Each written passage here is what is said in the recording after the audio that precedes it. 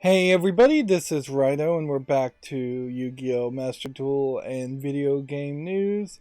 Today is Monday, January 30th. It's still in this minor crisis I am, so at any point this episode might just end.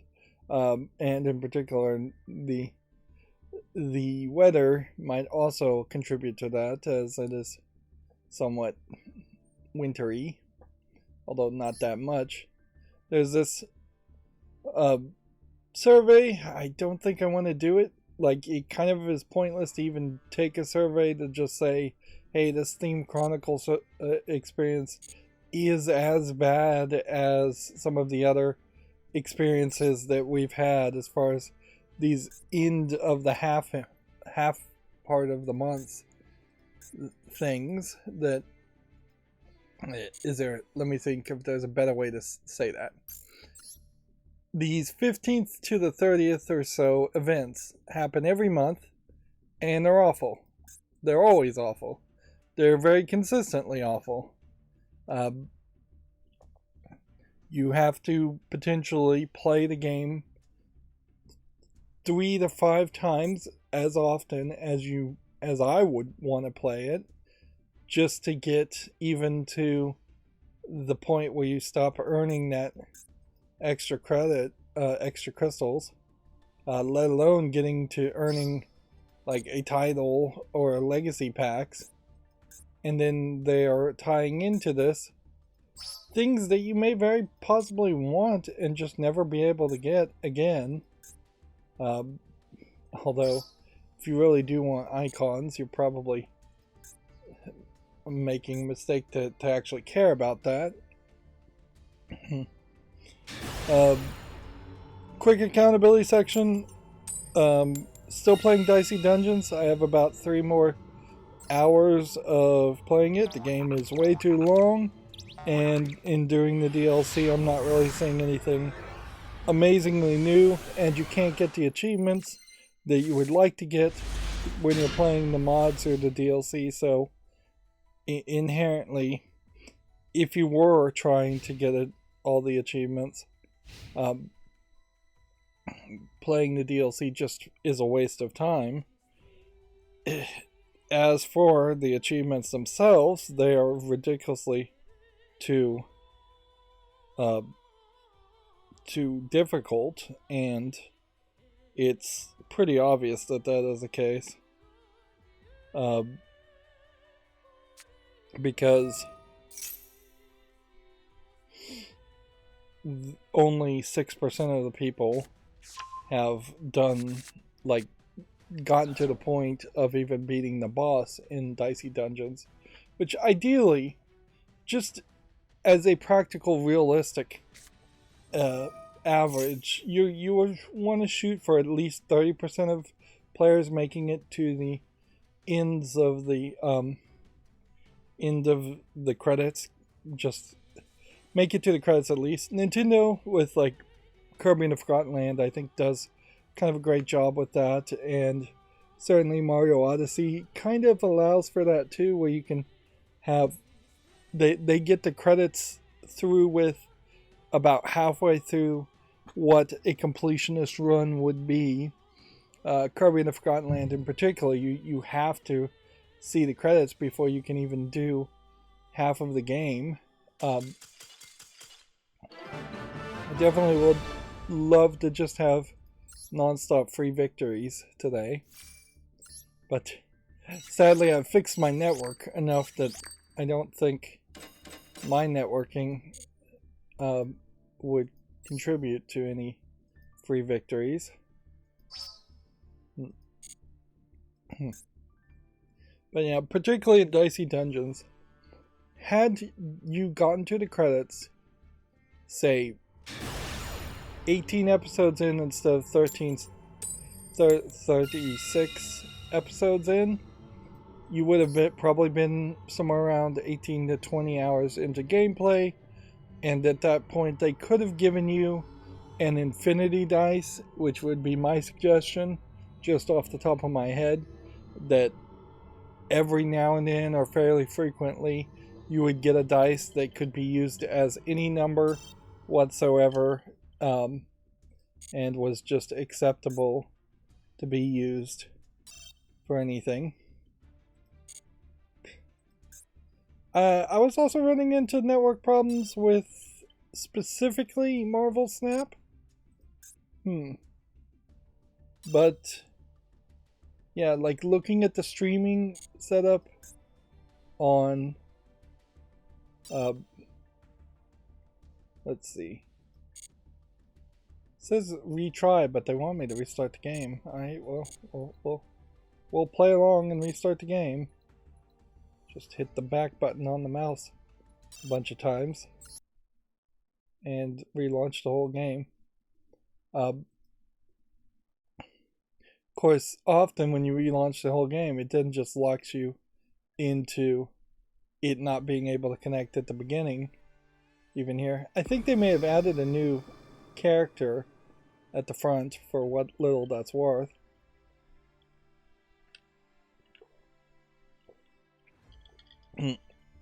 But yeah, had they added some kind of item to make the gameplay just easier in general in Dicey Dungeon, halfway through, they would have, I think, created a significantly better situation where, well, that worked, surprisingly, where the player wasn't just spending a ridiculous amount of time and then losing. Although, turns out that there is a checkpoint system in Dicey Dungeon, and had they just told the player that you can go back to the title at any point, and then it will allow you to continue from the last checkpoint before you started the last fight, that would have saved me probably 3 or 4 hours. That being said, also, I only have gotten as far as I have by playing in relax mode, which reduces the enemy's health by 25%, and even at that, there's multiple times in which the enemy's health gets restored by some percentage. So even in playing relax mode, the game screws you over by increasing the health of the enemies. That would be another easy way. You wouldn't even have to program an infinity dice if you just had each character get potentially double their health starting up. You would start with, I'd say you probably start with about 18 or 20 health. If you started with even 30 health, that would more than likely be enough for anything. Or if you specifically only did that for people who had beaten the main boss, and so you could skip some things, beat the boss, and then get some extra assistance that way, that would have been fine. But there's just no roguelite, L-I-G-H-T, elements in Dicey Dungeons. It is a pure rogue like L-I-K-E game, much to its detriment.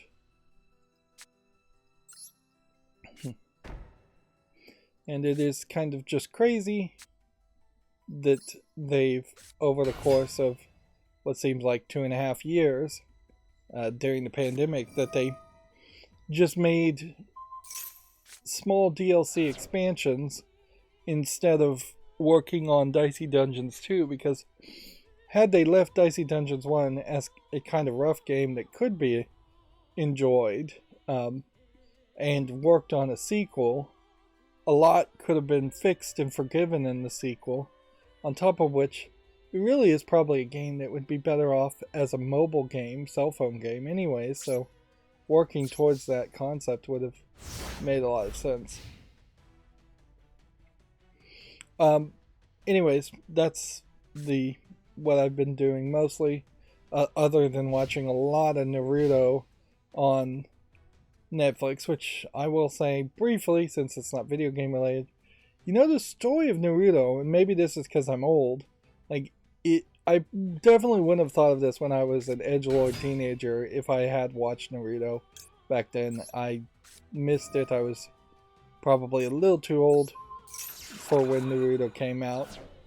But the story of it from an adult perspective is incredibly like sad, because effectively all of the kids in the Hidden Leaf Village and the Naruto cartoon that are really just being abused and used. It's like this is basically child labor in which you're raising these kids to be ninja from a very young age. You're putting them through incredibly difficult and dangerous training, and then they've been socialized / brainwashed to want that, and the reward is if they do become a ninja and succeed, is they get to then more than likely die at the hands of another ninja. It's just like, yeah, this is not protecting your children or wanting a better life for them in a real sense. That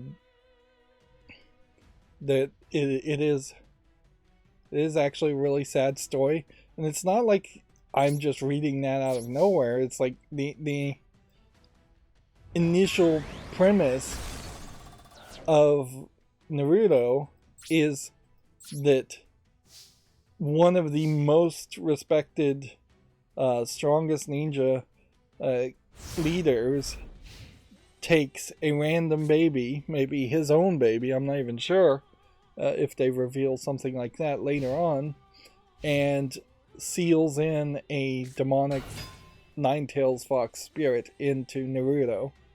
Like, so you just sacrificed a baby to save your village, which it doesn't kill the baby, but then everybody ostracizes Naruto for his entire young childhood, and doesn't like really want to be around him.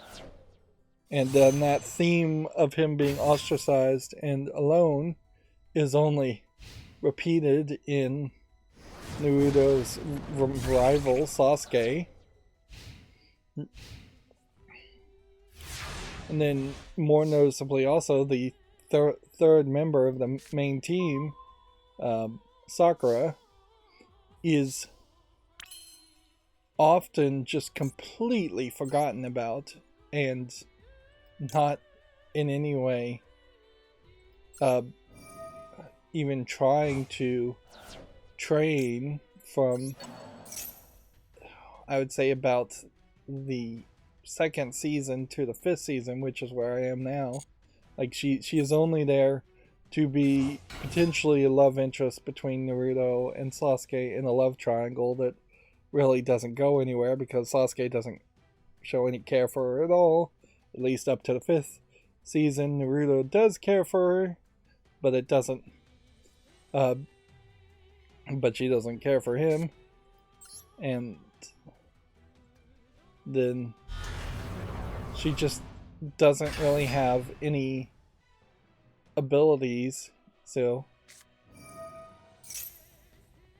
yeah, and fairly noticeably even right now, like, there's a ninja who is pretty much written off as kind of a sexist teenage kid that doesn't get women at all, has formed a group of guys for an important mission, and didn't even think about including any of the female characters.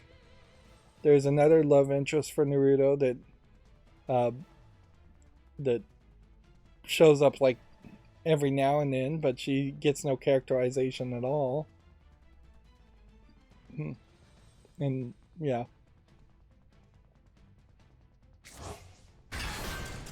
it probably is a series that you shouldn't watch, or that needs really that Dragon Ball Z Kai experience. Did I get a reward there, or did I get a disconnect? Yeah. Like, an abridged storyline, perhaps something that focuses a little bit better on speeding up the whole process.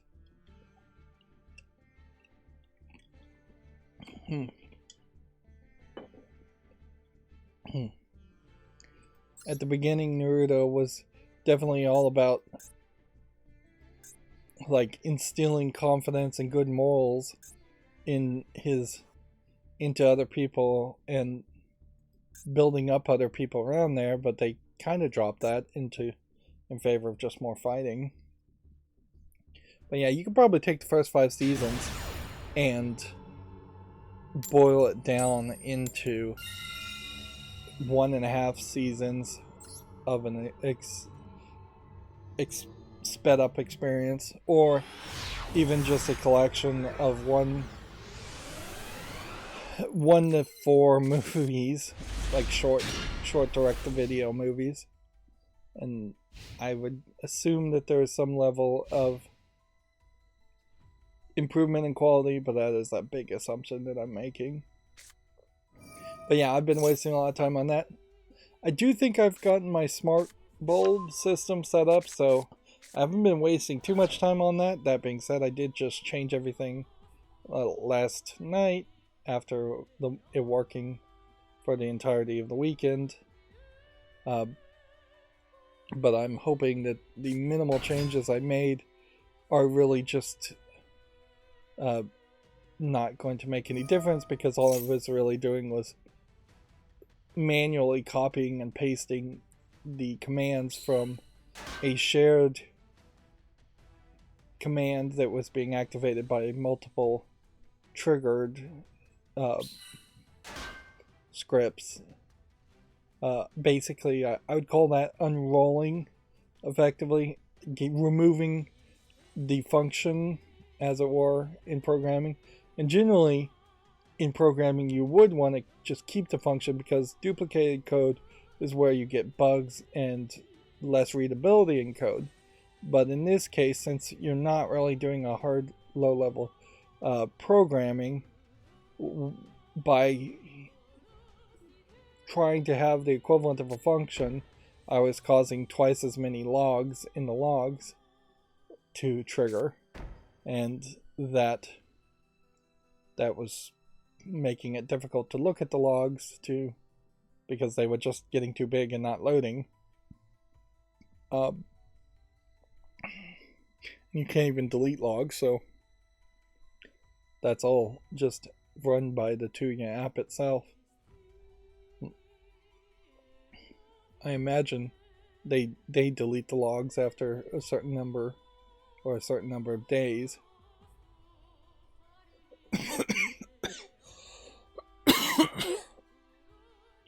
But there is kind of a weird function in that a tap to run automation, which is what I was triggering with a trigger automation, because there's 2 different ones. There's tap to run automation seemed to play out in parallel with all of its commands and seemed to kind of work a little bit better, whereas a triggered animation kind of feels like it needs about a second delay when you do a command. So it's like turn on one bulb, then wait a second, turn on another bulb, then wait a second, turn on another bulb. It's stupid, yes, but it's not a huge deal either. Particularly in the way I program things now.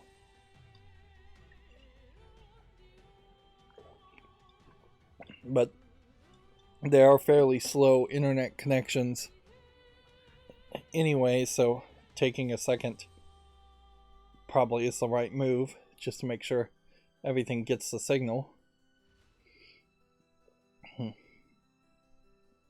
But yeah, I'm hoping that doesn't backfire on me.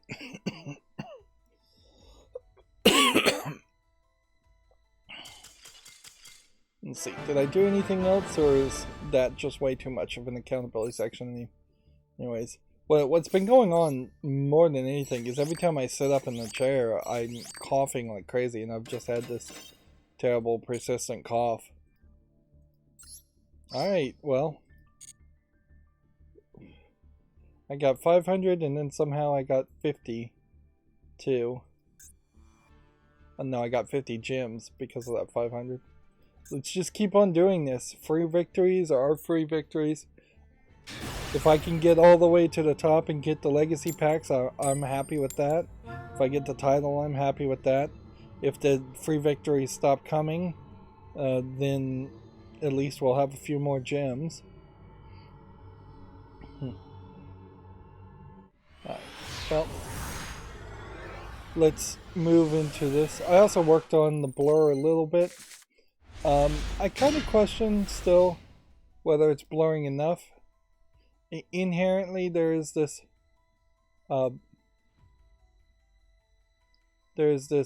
issue where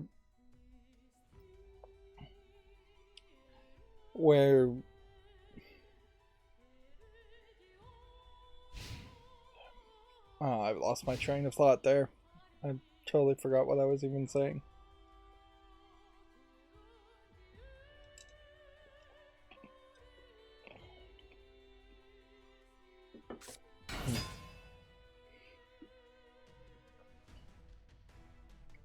I'm not 100% sure if censored gaming is really in some bad straits.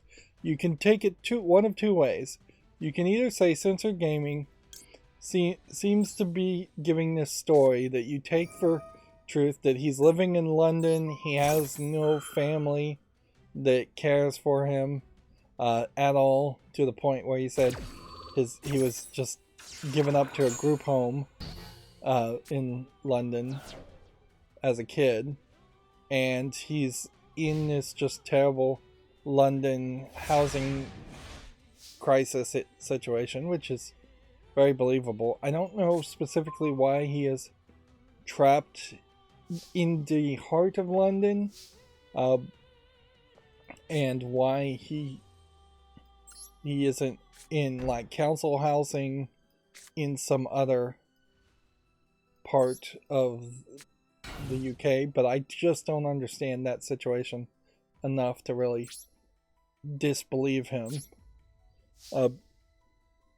And so he does seem like he's just kind of in a bad position, and that's been why he hasn't been posting.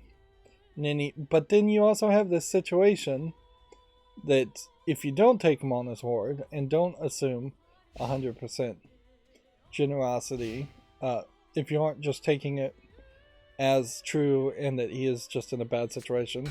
Remember, London in the UK right now, major increase in like electricity prices too. But if you just assume some nefariousness here, it could be a lot like Pure Living for Life's channel, where all of a sudden they don't post anything for a long time. They're about to get kicked out of the YouTube partner program, which is, I assume, what was happening with Pure Living for Life, is that why they came back after not posting for like 2 years.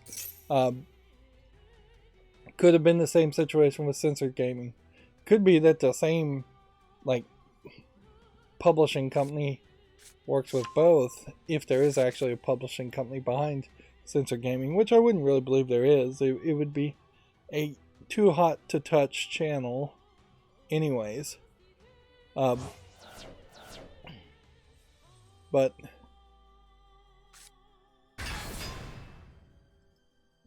one of the things Censored Gaming did on his like third video post as far as coming back is announce this like merchandise line of a picture that he's had on his hard drive for a while. It's Lara Croft Tomb Raider doing what is called the Ahegao face, Ahegao. It's Japanese. It's basically just kind of this wonky, let's see if we can actually click it and get a bigger picture. It is this wonky, eyes rolled back in the head, tongue hanging out, porn face, and it literally is just from hentai porn. That is somewhat popular amongst people. This is just, your mind has been blown by the sex, and particularly in like hentai porn, which is a redundant phrase, particularly in hentai. Like the idea that the sex is just so amazing and so wonderful that it would literally be close to causing seizures and loss of facial control amongst ladies in particular is a theme that is kind of prominent and kind of unique to hentai, because yeah, you can definitely tell in most live action porn that the ladies may be enjoying it there, but they're not going to lose their minds in such way. Everything is made extreme when animated, and particularly in anime. And that's one of the beautiful things about anime, is that you can have more violence than would ever possibly be capable of being depicted in live action. You can have more magic, more special effects. You can have more romance, more love. You can just push it to an extreme, and as anime evolved, that's certainly where it went. Yeah, if you think of like Mickey Mouse, that being a Western, let's just have a mouse that can sing and dance.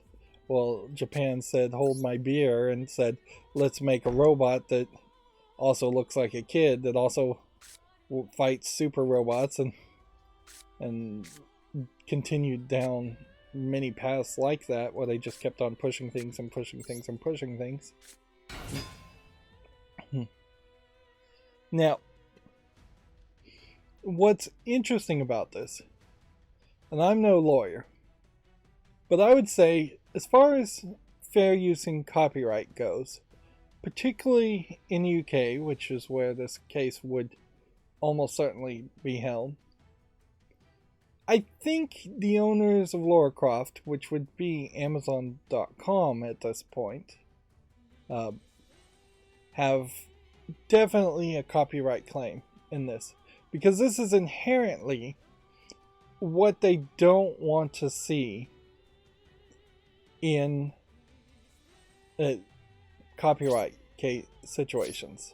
You don't want a character, which in the fairness, Lara Croft has always been somewhat sexualized as a character, but she's been not like extremely sexualized, and they've definitely been pushing in the remakes to not sexualize her as a character in any way. What's interesting is there is conflicting stories of who Lara Croft is based off of. Originally, the main creator was saying he was basing it off his sister, and then eventually he said he based it off someone more famous. I think maybe Angelina Jolie. But yeah, the original story definitely was pretty creepy in itself. That you're depicting your own sister in hot pants and with triangle, low pixel, big breasts. But where it would come down to the copyright case, again, I'm no copyright lawyer, but I am a YouTube content creator who thinks about copyright a lot, is confusion in the marketplace. And you could definitely see that there's a potential here in which this would be confused for officially licensed depiction of Lara Croft from Amazon.com, and or it's conflicting from the copyright, as it were, of first release, or as it were, I don't know if that's the right phrase, where if Amazon wanted to make something like this based on their own character, now you've conflicted with that too. Lara Croft in particular is also a multimedia juggernaut type product that has been already in movies, comic books, games, probably cartoons too. So any of those specific industries would be what something like this would conflict with, and almost certainly she has been used in just merchandising. And Amazon has just come out and said they want to do a Marvel-like release of TV, movies, and video games around Lara Croft. They want to go big with her, which is the right move in my opinion.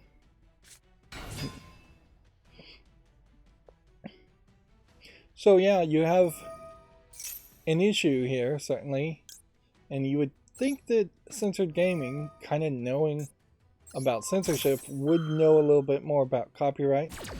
Now, if I was to try to be the lawyer on the other side, you might have a saving grace in that you're not naming it as Lara Croft, and the GTA copyright case did just go down and said, as long as you don't call her Lara Croft, you don't have a case, because you could try to defend this and say, well, even though this looks a lot like Lara Croft inherently does not have the copyright for a girl with glasses, with braids, with a tank top, with gun holsters and hot pants and gloves.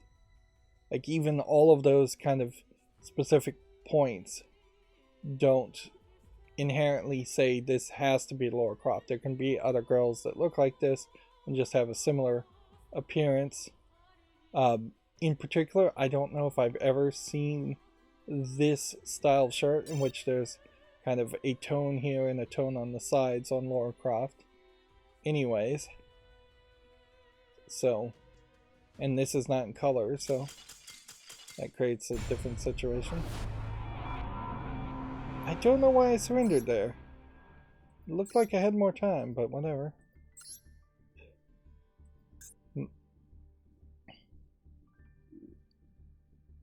So yeah, inherently, I would say there's a lack of art in this. Like, it would make more sense if he had his own logo on the artwork somewhere, or if he had a black bar and he was trying to make an actual artistic statement.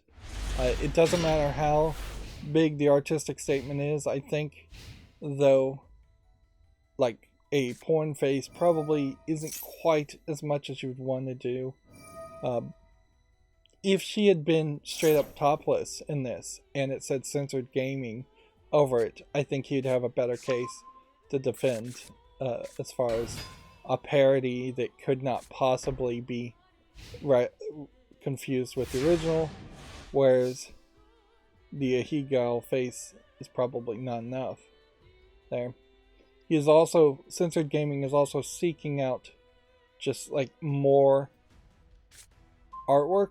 He's really only got this one picture, and that's like not really enough variety there. The price is somewhat expensive too. I imagine this is like a Teespring site, and as such it probably is not the best quality of products, and he's probably not controlling any of the manufacturing or shipping or delivering of anything. But yeah, he does need more art, and he is looking for people to submit more art. So I guess inherently, if you wanted to, if you had some kind of porn art here, I don't think Censored Gaming ever had their own little, like, anime girl mascot. If they did, he just hasn't posted anything about that in a while, so I've forgotten about it. He would do well to have his own original creation, original art, and then if you had an original creation anime girl, and then you had that anime girl cosplaying as Lara Croft, I think you would do a lot better that way too.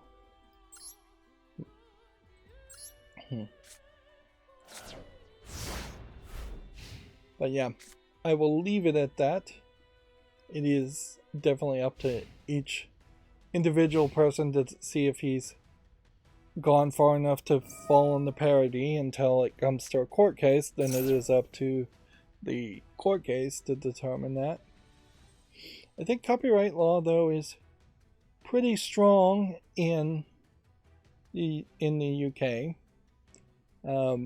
and inherently, if something like SOPA and little bits of SOPA, which probably have already been approved through treaties and such, if those elements get strengthened, then any copyright law that might be stronger in the United States would then effectively be applicable in the UK also. Which that is the problem with SOPA, is that if you all of a sudden have the entire world being just a larger collection of countries that can be bribed to make laws to benefit large companies, it honestly probably wouldn't be terrible if censored gaming as a person did get sued.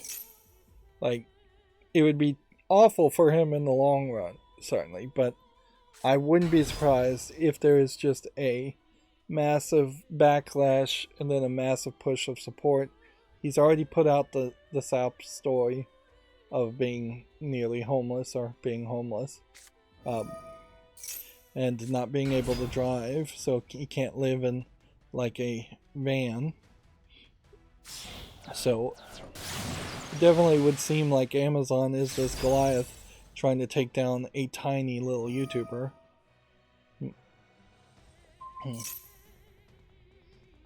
Speaking of YouTube Advertisers has this video share of television viewer persons 2+, Nielsen total TV and streaming snapshot, and it shows how Netflix has been surpassed in December of 2022.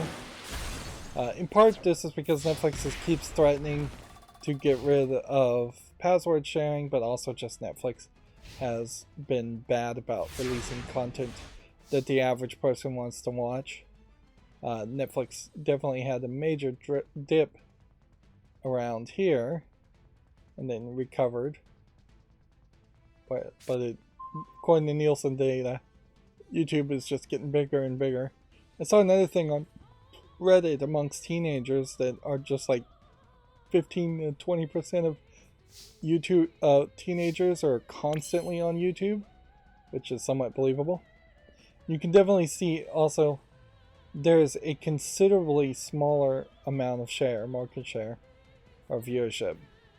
Hulu almost completely flat, Prime Video getting a little bit of bump, but Prime Video still being incredibly low. Prime Video basically has The Boys and nothing else. It's like that and Grand Tour, maybe 2 or 3 other things that people would want, whereas Netflix has just tons of shows that they're importing, and there's something to watch, at least. What's interesting mostly here is how Disney Plus, its viewership is incredibly low too. And like The Shape of Water, I think that Avatar Shape of Water movie has outsold like every Marvel movie that came out in 2022. HBO Max also incredibly small. Pluto TV, I don't know who would even be watching that, or what is, if there are any original shows on Pluto TV.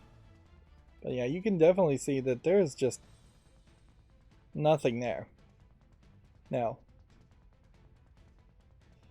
what they may be doing here, as far as lying with statistics, and it's worth pointing out, is this is the percentage of a P2+ streaming watch time, which is persons 2+. So individually, maybe there is a lot more people who alone are watching Hulu, Prime Video, Disney, HBO Max, or Pluto. what does that mean to advertisers? Well, I imagine advertisers want a person 2 plus numbers differently spread out, because people who are alone watching TV alone are probably not that likely to be peer pressuring each other into buying products, or just living that lifestyle where they need to buy a lot of products. I guess that's probably their assumption. I don't know how, if that's really the truth to it, but then a lot of advertisement is just built around a lot of very shaky, probably false assumptions. Particularly the thought that advertising works at all is a pretty shaky thought that advertisers are going to definitely push, is that that there was that it's worth advertising, when honestly, for a lot of products, I don't think it is worth advertising.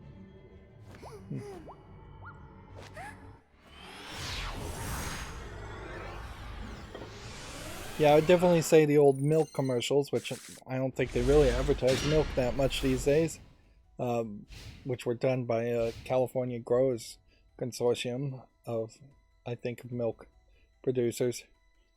I don't think that kind of advertisement was really necessary or effective. If the goal was to really sell a lot more milk, I do think it was fairly effective for just health-wise. But even now, the benefits that, for particularly like breast milk for babies, are still being underreported on in favor of companies trying to sell formula, which is not good for kids. Of course, there are a lot of new mothers who just do not know how to breastfeed or can't breastfeed, so they formula does need to exist, but it almost feels like it needs to be prescription based instead of over the counter. And honestly, I think probably just better healthcare and lactation specialists, mandatory visits for all pregnant women would be better, because I imagine there's just a lot of women out there that don't know how to breastfeed, haven't done the preparation. I assume you should be probably producing milk before you give birth, by at least a couple of weeks.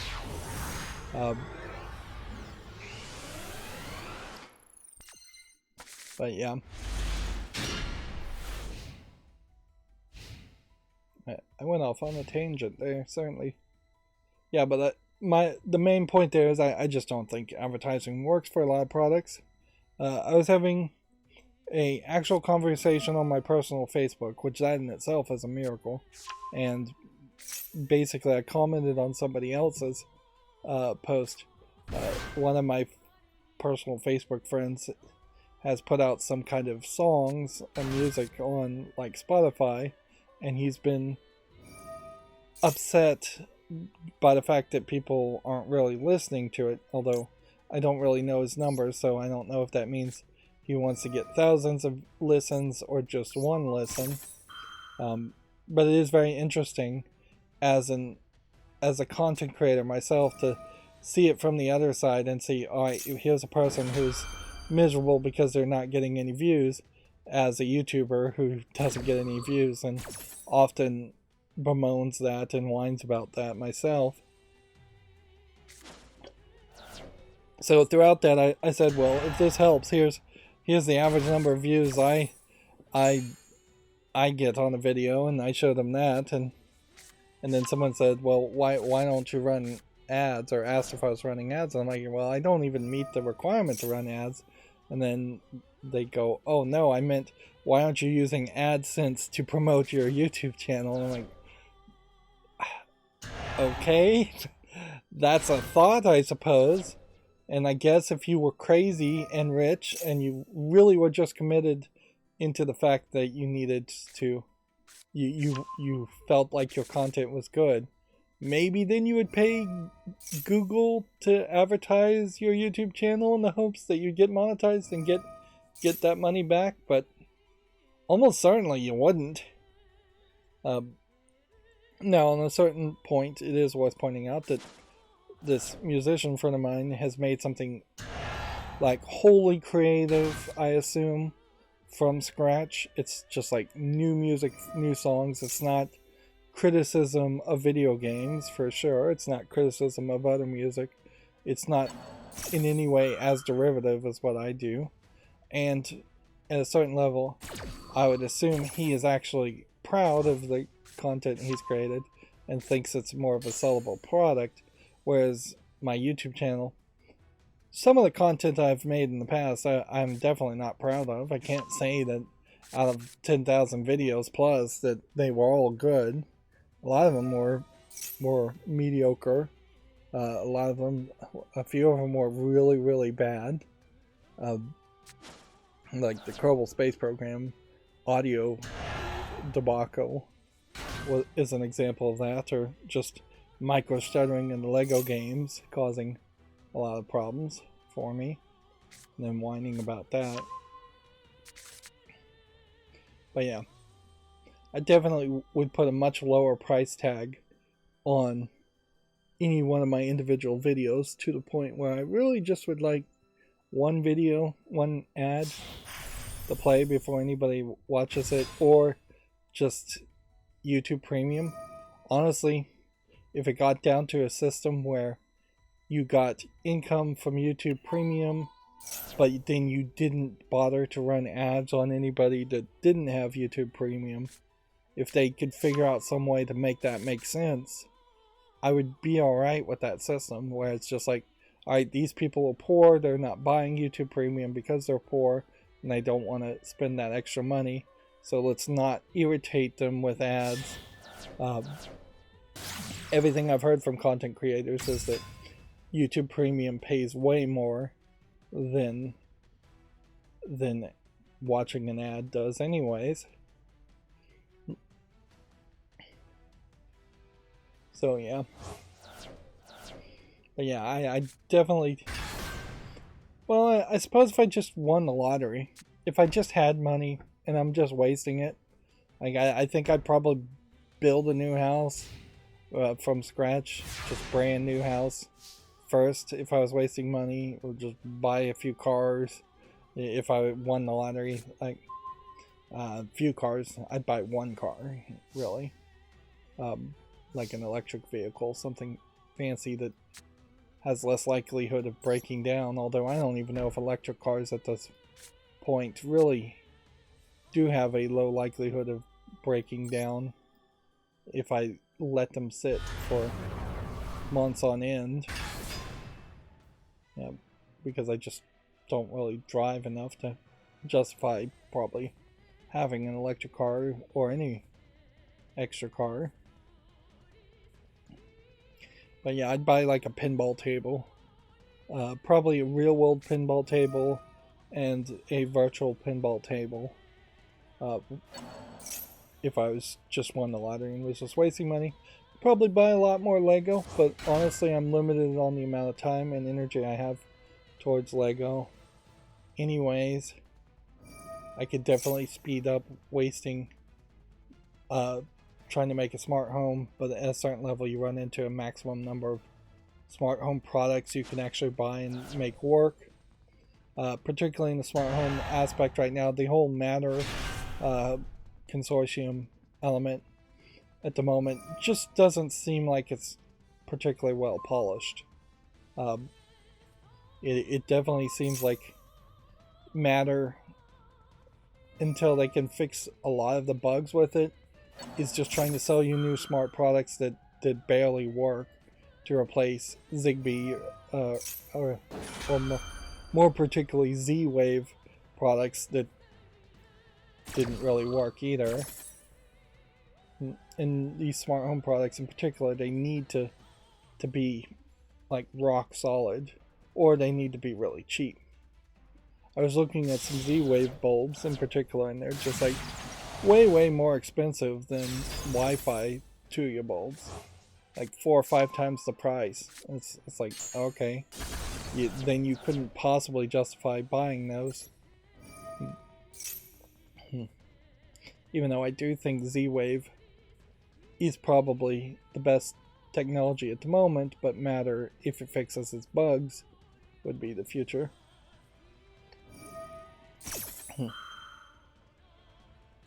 Oh man, I am just rambling today. Just absolutely rambling. And you're in a weird position, certainly, because we're winning, particularly by these quick disconnects, so it makes a lot of sense to keep on playing, which makes a lot of sense then to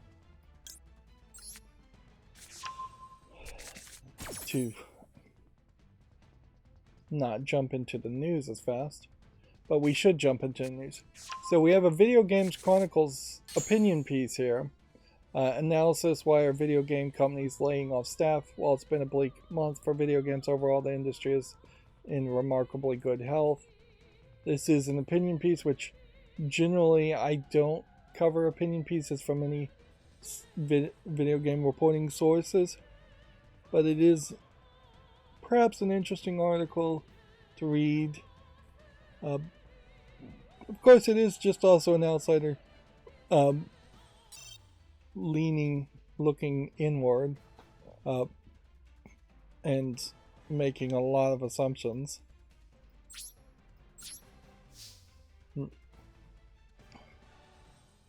Let's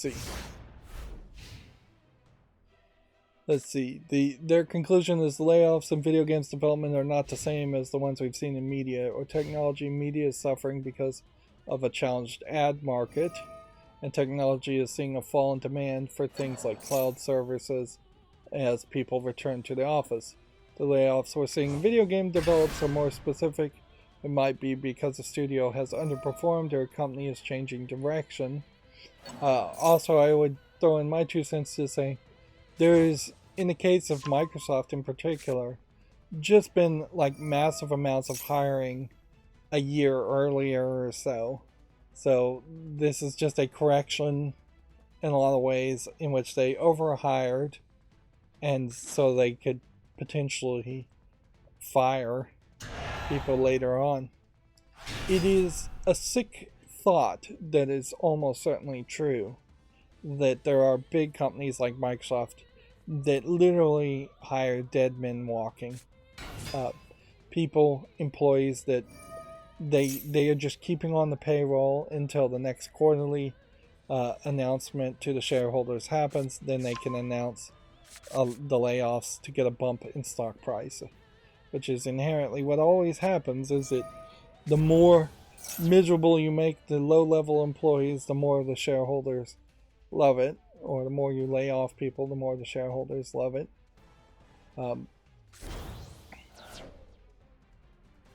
So yeah,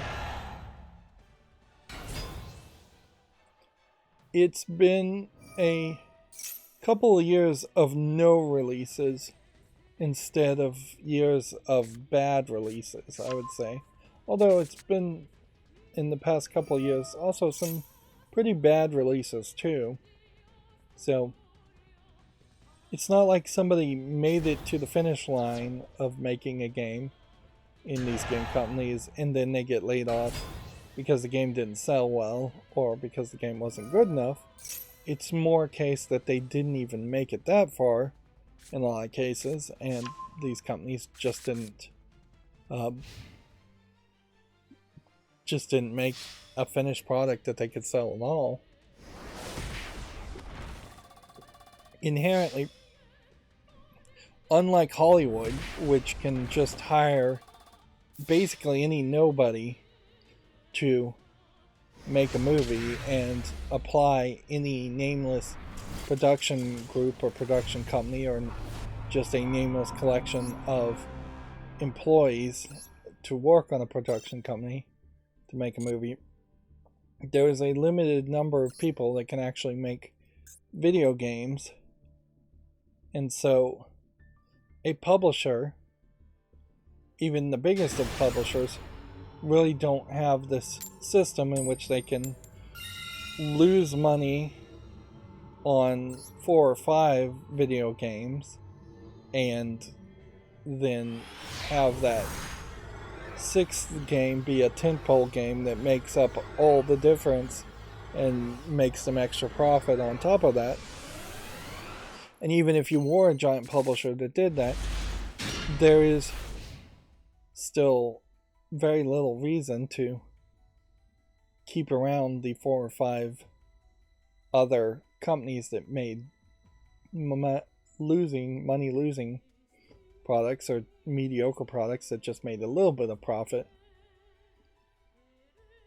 And that's inevitably going to lead to an increasing demise of the small single A game, the double A games, if you even want to use double A as a descriptor, in favor of just more and more triple A games. Of course, the problem with triple A games is they are then trying to shove in monetization that should not be in a triple A game into triple A games, and they're trying to make triple A games last for way longer than they really should. They effectively are trying to make 3-hour epic movies every time they make a triple A game, when we need more hour and 30-minute movies equivalents. Let's see. Gamatsu also has this blog, which is a little... No, this is GameDeveloper.com, not Gamatsu. Gamatsu, I don't think, does any opinion pieces. They have this opinion piece blog. Hi-Fi Rush is a PS2 era game that Xbox needed in 2023. I don't know what specifically makes it a PS2 era game in their mind. Perhaps that is, again, talking to the idea of a single A game or a double A game. I definitely would say Hi-Fi Rush seems like a double A game, in the sense that it seems like a game that's probably made by somebody that could make a triple A, but is not a triple A game in itself. Oh yeah, and I guess I should mention this in a previous stream. EA was doing this giveaway for an Ultimate Steam code as far as EA games, because it was their anniversary. I had to click on the rules and scroll down the rules 4 pages to find it, but 36 winners would have, or I guess did receive, this 2K, no, I guess it wasn't EA, it was 2K Ultimate Steam code, which was approximately $1,110.47. Noticeably, I don't know how you can get that high on the prices. This is not every 2K game. Midnight Suns Legendary Edition, New Tales from the Borderlands Deluxe Edition. They are charging the maximum price, no discount here at all. PGA Tour, NBA 2K23, Tiny Tina's Wonderlands, WWE 2K22 NWO Edition, Tales from the Borderlands PC, which I guess doesn't have a deluxe edition, the Mafia Trilogy Pack, XCOM Ultimate Collection, Borderlands 3, Borderlands Game of the Year. Noticeably here, not Borderlands 2 at all. Those Game of the Year edition or the Super Deluxe edition comes with Borderlands 2, and not the pre-sequel. So you're not even getting the full Borderlands experience, even though, in all fairness, the pre-sequel is not well received.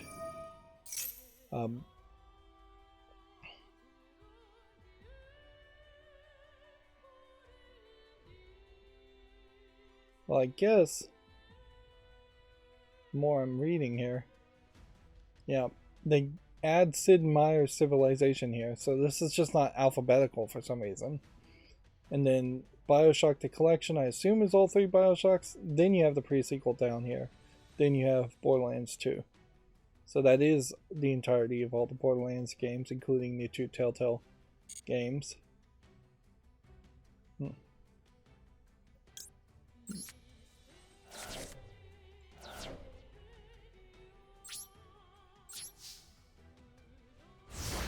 So, yeah, that's a decent collection, certainly if you got it for free. 36 winners, though, for any Twitter giveaway is probably way too few. You probably need to give it away to at least 100 people, but in all fairness, most of these contests don't give away very many awards, and then they get a ridiculous amount of extra retweets for it. And particularly in this case, this would have just been digital rewards, so they could have given it away to many people.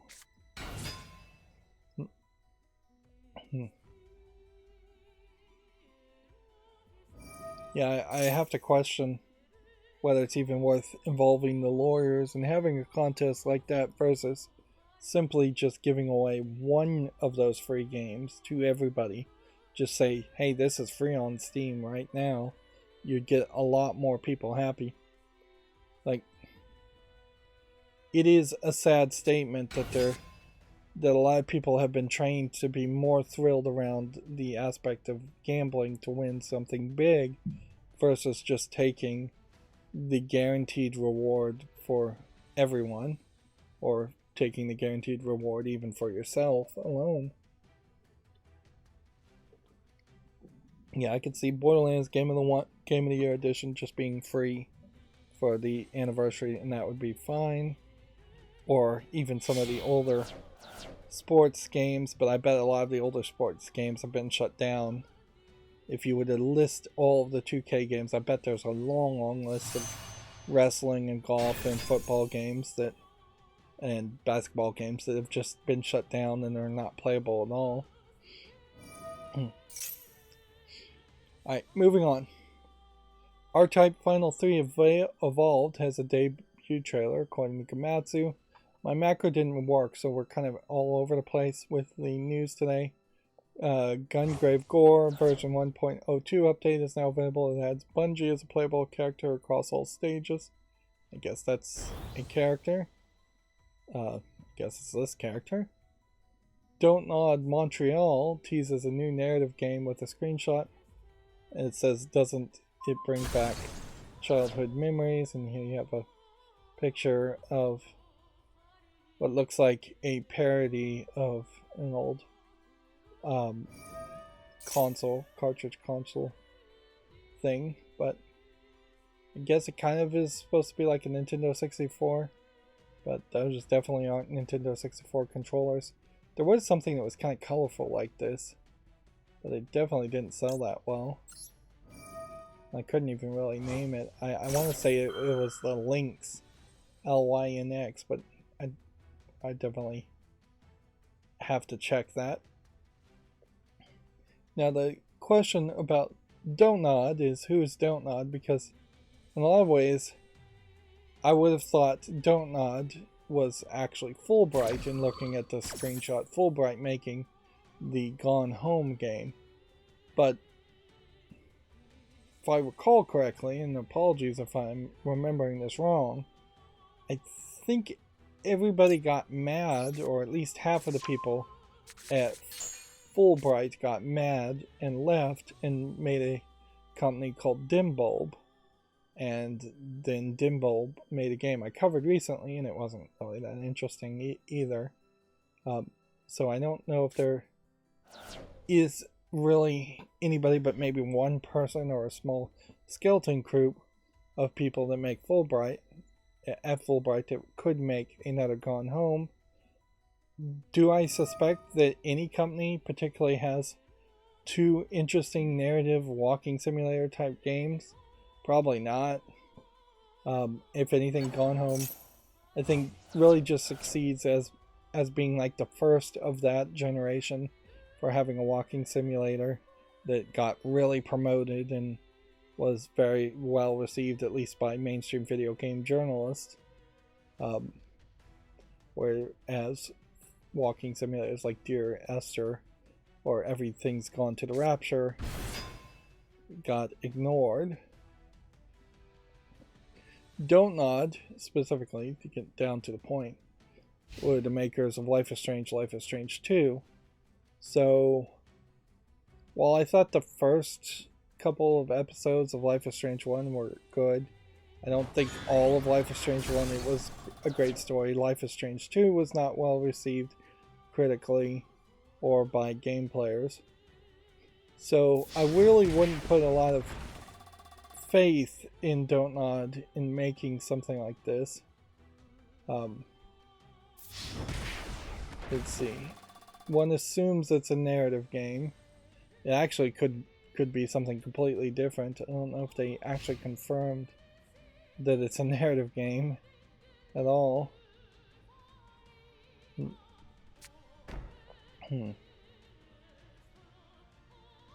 And they're not even mentioning Life is Strange True Colors, which was developed by Deck 9 Games.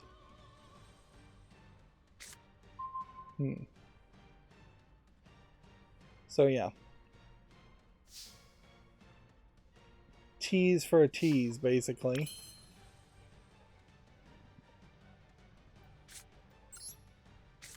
It'll be a while since that game we even know what it really is, let alone whether you would have any hope of wanting to play it.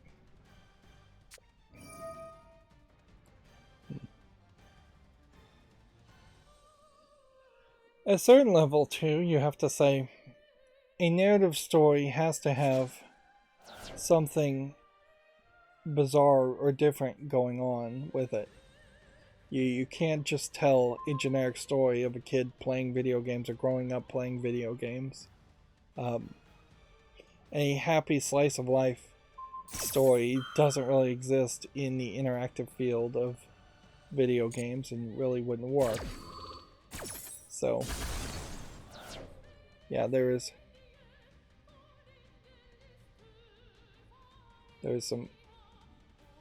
something that would have to happen there. And personally, I would say I don't really remember playing video games as much as I absolutely am certain I did in my youth. If anything, my journey as making YouTube content creator is what I mostly remember, and I don't even remember most of the games I play. I play a game, then I move on to the next and forget it. That's why making this YouTube content is actually somewhat beneficial to me, is that I could literally go back and watch some of my own content at some point in the future and experience it almost like it the first time.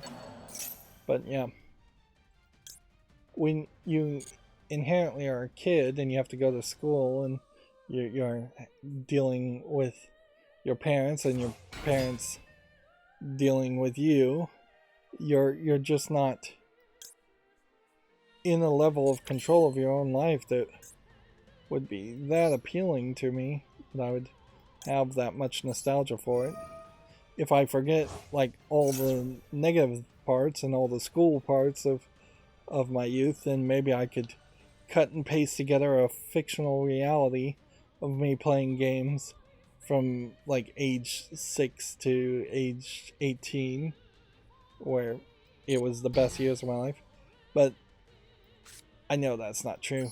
And most people whose best years of their life take place in high school or in their youth are in a very sad state. Like, your best years, you would ideally have them in front of you, not behind you. Moving on, let's see. Komatsu says Street Fighter 6 real-time commentary feature adds Thea Trinidad, which when I saw this, I thought this was saying that the new cover art for a wrestling game was this lady, who I thought was a wrestler. She is a WE superstar known as Zelina Vega. I wonder if she doesn't work for WWE at this point. So, yeah, that's where the WWE aspect comes from. Having a female commentator for Street Fighter is an interesting thought, but I think there's just like multiple commentators, and some of them are just straight up joke commentators, so it's probably not that crazy in Street Fighter to potentially have a commentator. I don't know if they've had any long-term female commentators in any of the wrestling things. It probably would somewhat work, but they would have to be very high energy. Certainly, any commentator is going to definitely need to be incredibly high energy. I think this is probably a trailer that would only make sense as far as listening to the audio.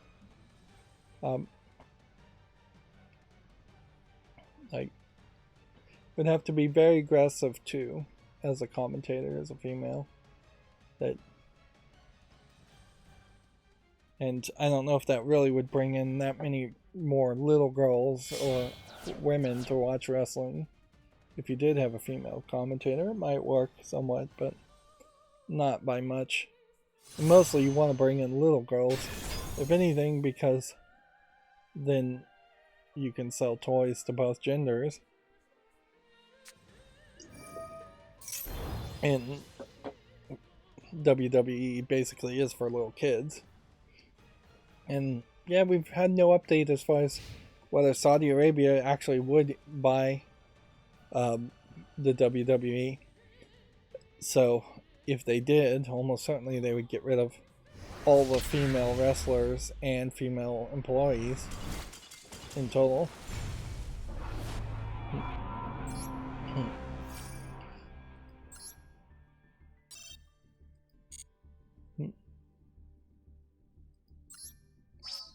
There was also a story, and I don't know if I talked about this, it came out maybe a week ago or so, around how somebody said they got into a meeting with Tencent as far as them being involved with publishing and developing a video game, and the Western video game company in this meeting was told that Tencent wants no black people and wants big giant breasts, which, you know, somewhat believable, frankly. Like, Chinese people, Asian people, they love big breasts, since that is something that is not natural at all to Asian people and Chinese people, just based on their diets, on ladies. And then the no black people aspect is, yeah, it's pretty well known that Chinese people and Asian people don't ever see black people in the first place, so they kind of have this unique racism to it where it's just something that they don't have any desire to see, and really don't have the manners instilled in them to not say something directly as just saying no black people. I don't think there's, I'll be generous and say I don't think there's an inherent just like hate there, but there might be. Like, if you're getting a lot of, say, South African, Ethiopian type poor country Africans coming to China, then you could definitely look on that culture and those people with more disgust than if you were getting rich, educated African Americans coming to China. Of course, that's very unfair to say you hate people because they're poor, but that's probably some of it. Anyways, there really isn't much more of a story to that than that, and very much that could have just been straight up a lie. It definitely wasn't reported on more or confirmed by anybody.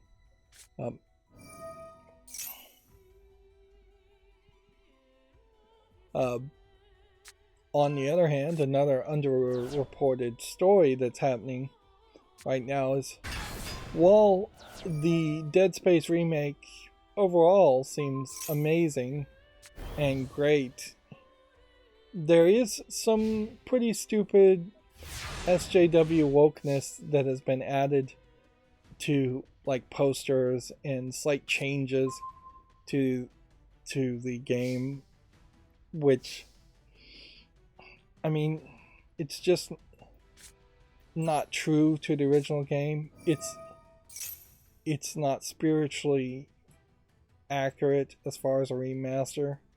Um, for a game of its time, Dead Space 1, which is about 13 years old, it was just very common for all media to be extremely heteronormative and very just standard. So it's not really necessary to change that, or even comment on it when you're just doing kind of ridiculous things, such as adding a all gender sign to the bathrooms so that you're including transgendered people in the bathroom signs, when the game originally the game originally definitely had a male and female bathrooms. That was an aspect to the whole game, is that you would go to a male bathroom on one side and a female bathroom on the other, and then there might be a necromorph in one side and a necromorph in the other. Not so much, or some kind of pickup in the other. Somebody spray painted on the wall at some point in Dead Space that this is a capitalist nightmare, just some kind of like anti-capitalism spray paint thing, which, I mean, you could kind of write that off as just, oh, they needed some new text to show that people were going crazy on Ichimura, but you can't say the same for a professionally printed transgender, all genders welcome, gender neutral bathrooms. They removed some of the white guys on posters and replaced them with women and minorities, which, I mean, you probably would not notice any of these changes ever, in fairness, but it's worth mentioning it to a certain level. They've turned one of the characters that was on the ship at the very beginning into being heavily implied to be a lesbian, when, again, the whole game is very heteronormative as far as the 4 or 5 characters that you actually get to know in the series, in the trilogy of Dead Space games. They now, arguably, them changing the appearance of the girlfriend of Isaac to look more like the voice actor, that could be dismissed as not really being a woke thing, certainly, that they just changed her appearance. That being said, she looks like she's 40 or 50 now, when she looked like she was in her like mid-20s or early 30s before, and she just looks incredibly worse and incredibly older, and it's not an improvement by any means to make that change. And we have certainly seen a push towards an uglyification of women, and yeah, in that there's potentially an argument that by pushing the fictional idealized imagery of women that are often depicted in games, if that's no longer allowed, we will just start to get more and more masculine looking women overall, which maybe that is the goal, maybe that isn't. That's certainly something people accuse SJWs of doing, and I can't 100% disagree with it.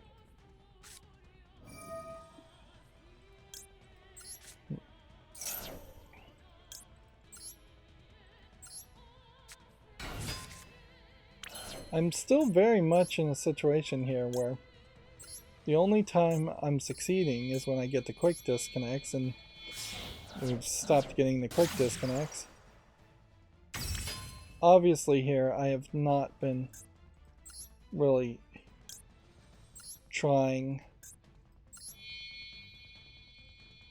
to play off screen.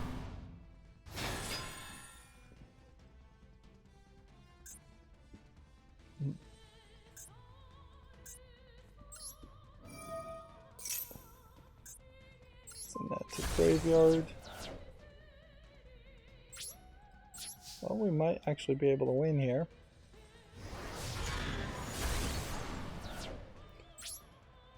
I would say yes, it definitely is a story that is being underreported, and there definitely is some propaganda and just like editorial decisions being made to not mention that these changes have been made, even though they have. Other changes that are more just practical have also been made to the Dead Space remake. One thing I could kind of complain about is that the very first room you're in is much wider and bigger, so you're not having as claustrophobic of a situation when you first run into the first necromorph. Which thematically maybe that's a mistake. But also I know that that first room was probably too small in the first place and probably caused some glitching and problems for the necromorphs trying to pathfind towards you at the beginning there. They've also done some very practical, logical things as far as just getting rid of load elevators and rethinking how the layout of the ship would work. They've added a circuit breaker puzzle element in the first hour. DF Retro has a good comparison video they just put out that just compares the first hour of the remake of Dead Space versus it. And at the very beginning of that, as you're getting off your little ship and entering the Ishimura, you'll see this screen right above there. And that image in particular is one of the images where they've changed it and replaced it.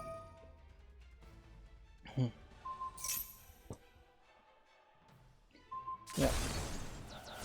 There definitely is a danger in tiny censorships, tiny changes here and there. You over the years, over remakes, may very well run into a situation where the games become just completely unrecognizable compared to what they originally were because of swaying ideologies and lines of thought. Certainly the argument that a lot of theologians and religious minded people make as far as the Bible and different translations of the Bible, and the new international version changing a lot of words and potentially losing some of the meaning in that, or the King James Bible inherently written so that it changes the words and meanings of some of what the Bible was before. Is that just all of these collection of religious texts potentially being slightly changed here for one person's reasons and slightly changed there for another person's reasons. Most notably, you have to remember there was a slave Bible at one point specifically designed and edited for slaves to tell them to stay being slaves and obey their masters. And yeah, I would prefer that if a game is going to get remade, it stays true to the original intent of the game and the elements in the game, even if the elements are incredibly inconsequential small things.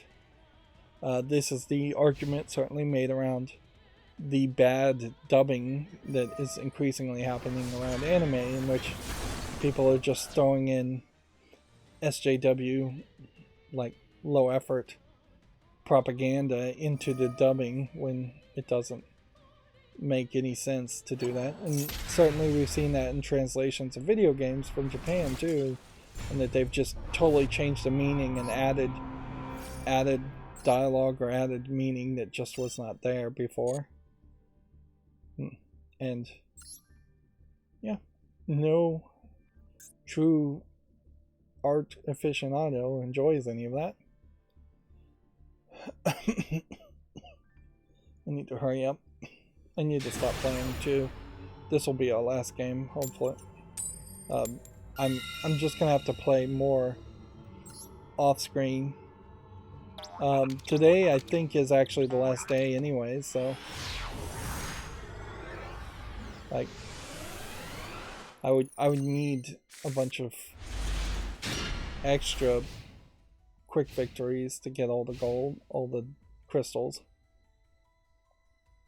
Anyways, Gamatsu says JoJo's Bizarre Adventures All-Star Battle R DLC character Rundal von Stronheim launches February 3rd.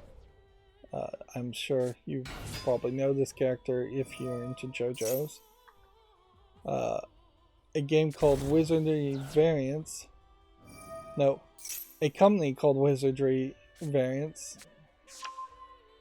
I don't know what the name of this game is. Whether the company is called Wizardry and the name of the game is Variants Daphne, or whether the company is called Wizardry Variants and the game is called Daphne, which would make some sense, or if this is the entire name.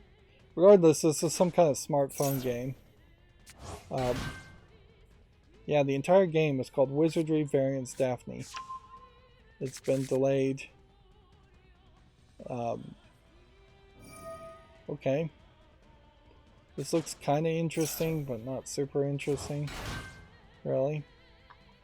I don't even recognize it, so I've never heard of it. Uncharted Waters Origin has a global pre-registration. It's available for PC and smartphone.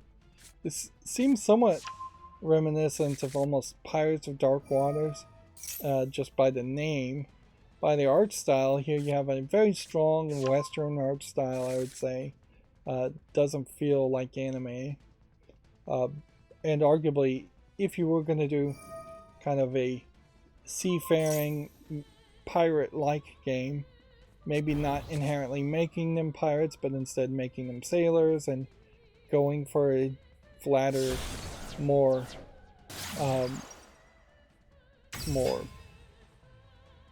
Western art style might work fairly well.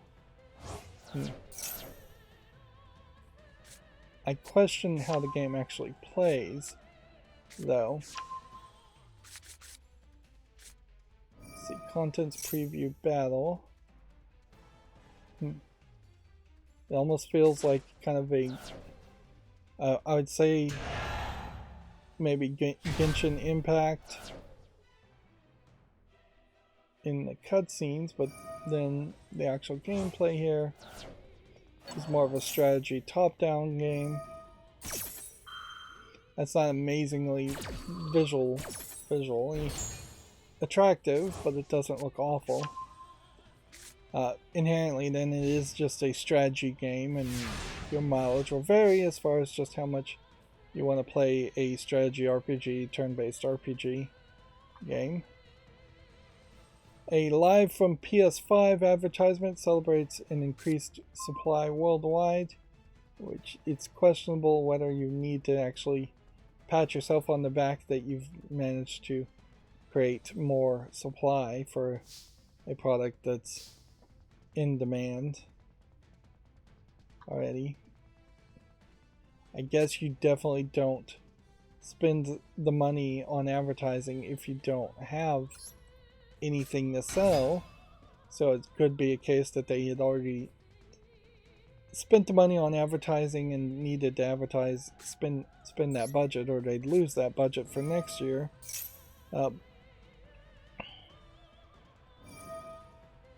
But if anything, I think you'd probably want to try and promote some of the older games, or PlayStation Plus, or just promote why you would want a PlayStation in general, or PS5 in general. Let's see. Souls of Cronus launches February 14th for the PS5, Switch, and PC, noticeably skipping any Microsoft consoles.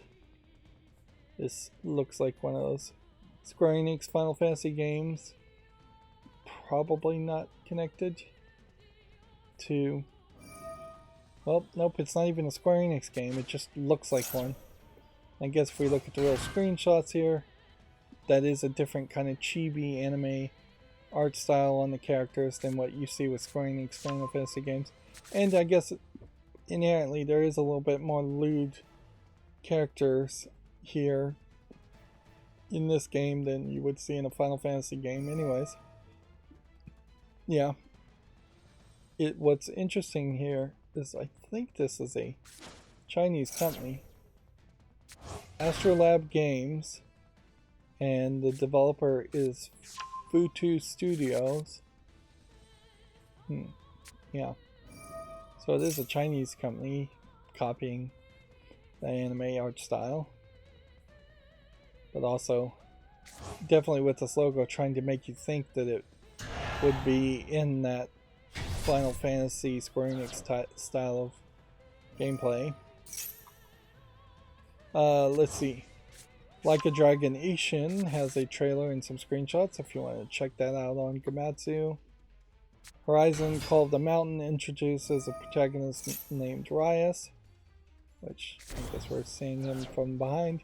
Which, noticeably, I would say, I think all the ads and screenshots for every Horizon game up until this point has specifically always had the protagonist facing the screen, with Alloy being shown off and showing off that face tag. I wonder if the emphasis now is to not really have this character be as important. I think generally the story is that Alloy is super important, and like way more important than any other character, which might create some weirdness too. So here's a screenshot of his face, so they aren't inherently hiding from it. I would assume this is a he, and I would also say this still feels kind of just like fat-faced and chunky. And I still question whether that's intentional or whether that is just a case of their face scanning technology being poorly designed, or something with the lighting being poorly designed. Inherently, we are going to see face scanning technology take a step in its evolution to the point where they will map on skinnier, more cartoony faces that will only look slightly like the voice actors instead of looking exactly like the voice actors. And I imagine we'll start seeing that technology as far as famous actors, where you'll have like Tom Cruise doing a face scan technology in some kind of animated thing, and then Tom Cruise will look like he did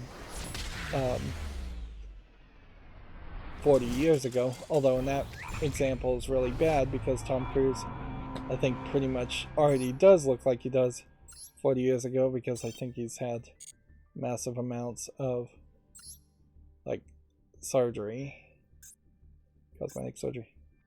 So yeah, ideally you want to get up to at least 2 more victories before the end of today to get to 200 golds.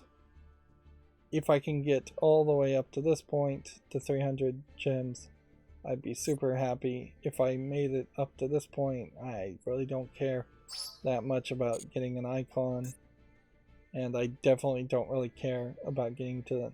Honestly, if I made it somehow to this point and then just had to spend another hour to get to this point, I'd really question whether I'd even bother to do that. Getting 2 legacy packs is more of a thing I would want than getting a title.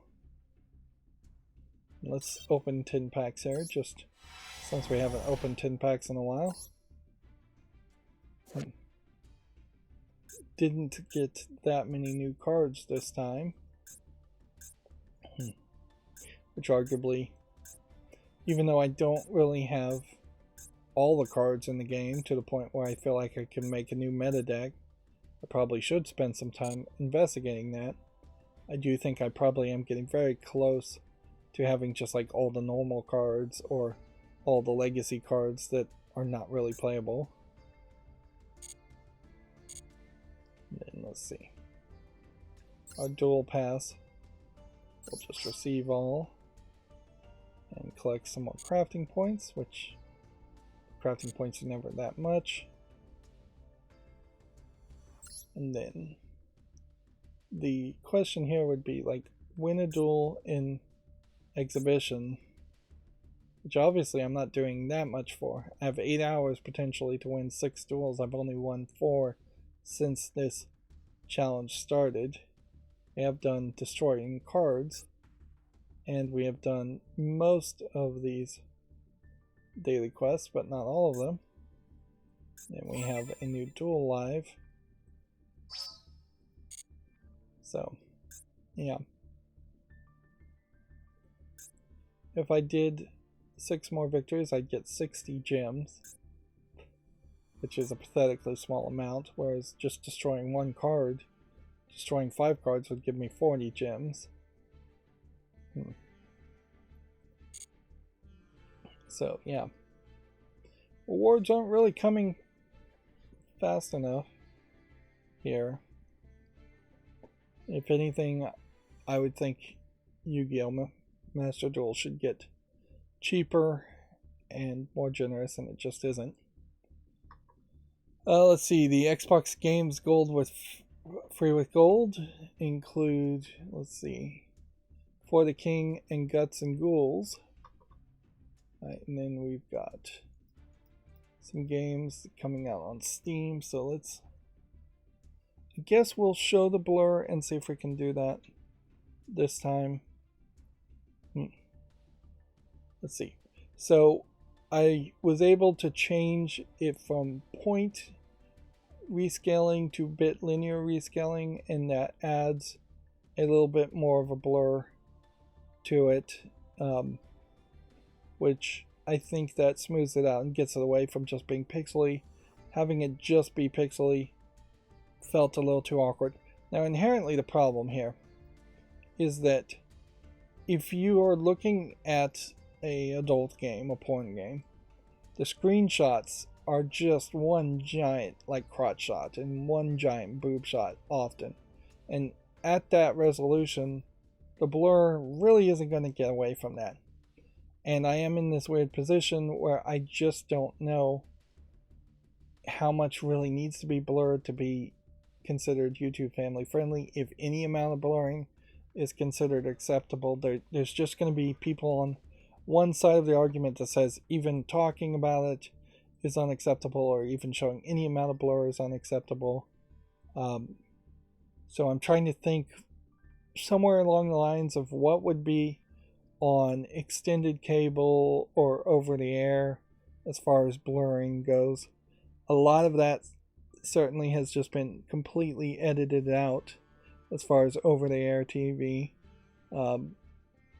or you get into extended cable or HBO and then it is just not edited or blurred out at all, and there's no real standards there to even aspire to. So I'm gonna have to just find my own level of comfort and see what YouTube has to say about that.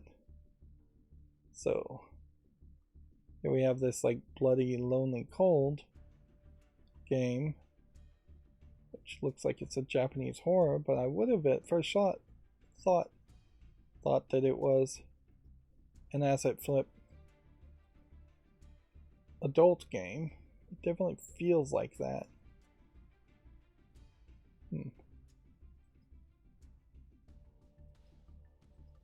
Well, I guess what I'll do with this is, since this does just look like an asset flip game, is I'll put this on the follow list. Noticeably, there are no mature content warnings at all, and I'll just see what people have to say about it. But I definitely won't make a YouTube short around it, because that's going to be no. Building destruction, English and Russian, plus 59. I shouldn't be looking into SteamDB ratings because that just doesn't mean anything. But I could say I've already seen a game that probably does it better than this as far as voxels and destructible environments. There is, I think, room for a better game than what I have seen, but this is not it. And then the idea of online PvP is a little weird. Noticeably, you are kind of in this asset flipped open field. It doesn't look like there's real environments. It seems like you're kind of building and then destroying things. The helicopter seems to be too much of a sales point. Sometimes you're seeing things that are very voxely, and then sometimes you see textures that don't feel voxely at all. So there's an inconsistent art style. Right, so then next is an adult game. So here's a great example of the blurring called FAP and CUM, FAP being a shortened internet slang. So yeah, it is kind of like a great example of like adult content being blurred. You can definitely tell what it is, but you can't see any details. Is that good enough for YouTube? Who knows? Seems to me like this is one of these adult games that is very possibly more of a manager more than anything else, where you're buying furniture and setting up scenes. And I wouldn't be surprised if this is actually a troll game, because this feels like this is some of the same characters from that troll game creator.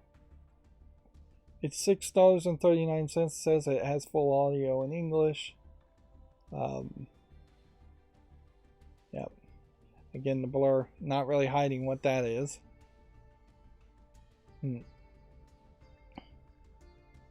So yeah, I don't think I would lean into a management game like that, and something that gives off even the smallest hint of being a troll game or just a low effort game. Commander Modern War, I guess in this case I wouldn't put this on the wish list because it doesn't really seem like it's my style game, but I would give it a follow just in case other people are interested. Then we have another adult game, this time Tomb, and then some Asian symbols. In this case it is 3D CGI but with anime skins. So there's a different art style certainly here, but then you've got like this screenshot that looks like a top-down twin stick shooter. I'm not calling it an action adventure game, but there's literally just like two screenshots around that, and then every other screenshot is adult content. Inherently, we have seen games like this where they've just pasted together two completely different gameplay experiences to try to sell it as a one, and just crammed adult content into it. This is $3.59. It's English and Chinese as far as the language support. Yeah, and it looks a little low quality. I'm not sure I've seen a single game that has gone with 3D with anime textures that has been good. Like it always comes off as just a little low effort. I'm not sure if there's much more of a reason for that other than anime fans tend to have always grown up to see 2D anime art styles. So there's really not a lot of demand or experience there as far as 3D anime art styles. This Forest of Life doesn't look like anything, and it's an English and Chinese language game. To me, feels like we may have a case where we're getting getting some cheap Chinese games that claim to support English but may barely have any language in them at all. Sentinel is not striking me as anything I'd really want to play. It says it's a 2D Metroidvania style platformer but it doesn't seem like there's really any enemies or interfaces or doors. It just seems way too empty in its screenshots for me to give it a chance. Let's see, next we have a match 3 game called Square Life with anime girls and Tetris, I guess. I guess we could probably lean on showing the cleavage here, but yeah, it's just Tetris and some anime pictures that were either licensed or stolen from the internet. It's not even in the adult section, it's $1.39. It does seem like this. This game is claiming isn't even really claiming that there's nudity in it. It doesn't have a censor in it. Now, this lady here is basically topless, you're just not seeing the nipples, so I don't know if you really would call that just not having nudity in it. And then we have yet another adult game called Heavenly Peaks Cultivation. What's interesting about this is it's like really bad 3D anime textures. And yeah, what is interesting here is it feels like they're trying to tell either a unique story or they're stealing the story from something I don't recognize. Because you do have this kind of like ninja character, and then he has like a harem of a couple of anime girls. And it seems like the actual gameplay may be just working out as the ninja character. It's definitely a different animation style. It's free to play, so I guess the price is right. It's English only. But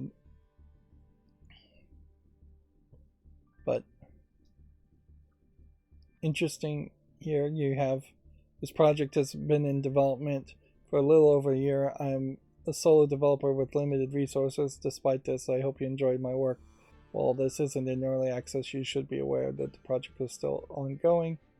So we've seen this kind of excuses done before as far as games being put on Steam when they really should just not have been released at all if they're going to be of such a low quality of a product and such of an unfinished project.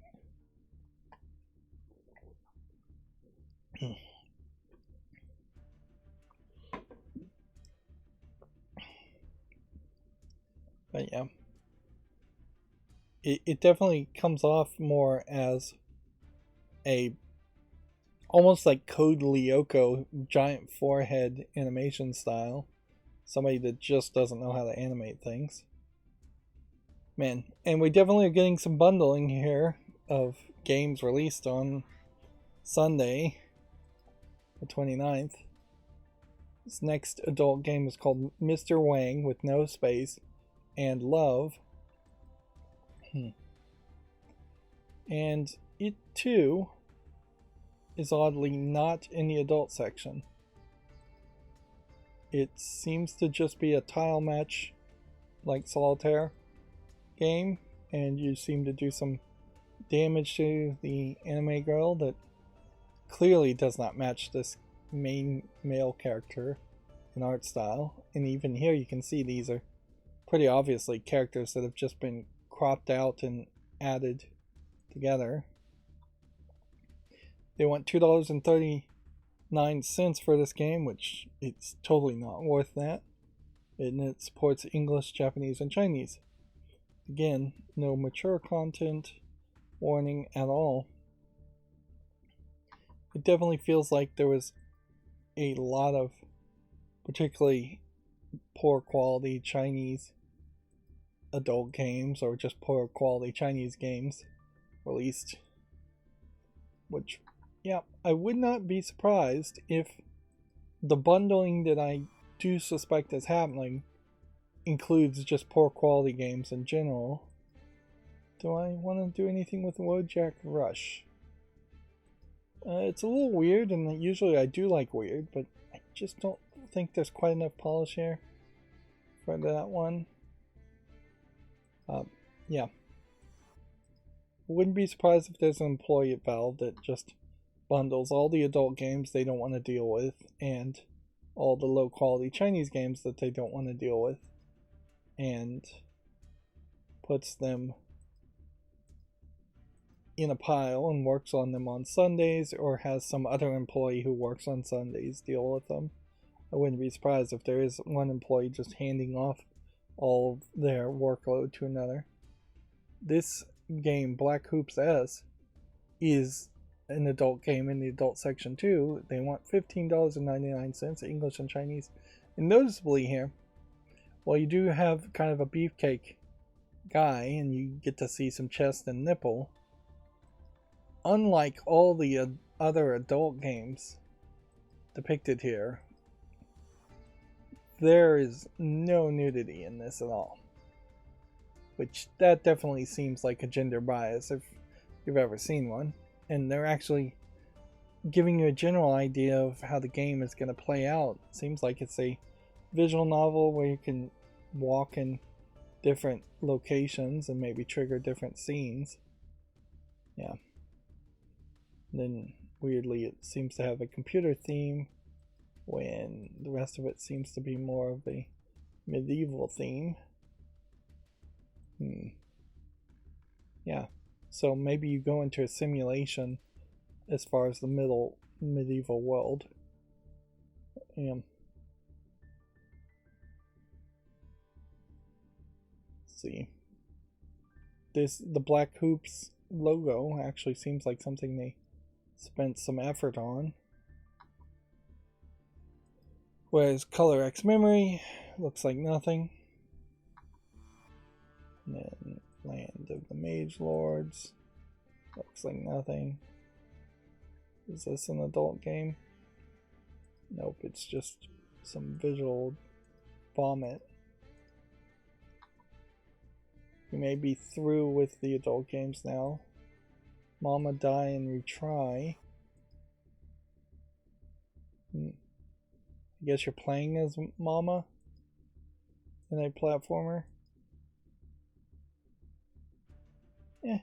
I'll give this a chance. I think the name alone is unique enough to deserve a YouTube short.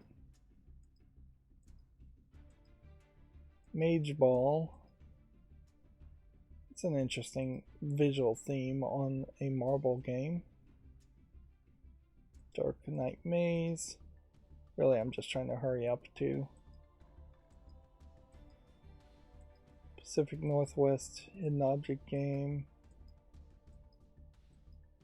Now, inherently, I'm going to say no to this because it just visually doesn't look as good as the Big Fish games. But that is going to create a situation where I probably will make a YouTube short around Big Fish Hidden Object games every time they release one on Steam, and not that many around any of the other companies that try to make a hidden object games. There is one other company that does some high quality hidden object games that I can't remember the name of. It probably will get YouTube shorts too. But then everybody else will be pushed out. I think we can say no to Photopia 5.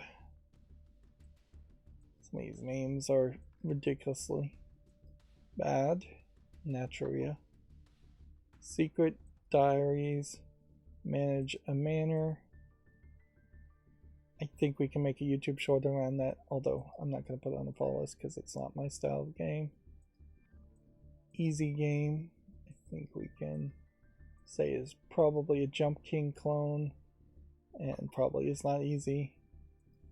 Kindergarten Secret is not the title I probably want to hear, because if I think of what could be a secret in a kindergarten, particularly with a bloody thing like this, I'm assuming kids are getting killed or hurt in some other way, and that doesn't sound pleasant. It's not going to be a cutesy secret that you would make a game around. Although, you know, you could probably make a decent game around puppy love and just like giving Valentine's Day cards or chocolates to people and just having kind of like a almost like Pac-Man race tag type experience. D Zombie Z. I don't think that name is quite good enough to make me want to say yes to it.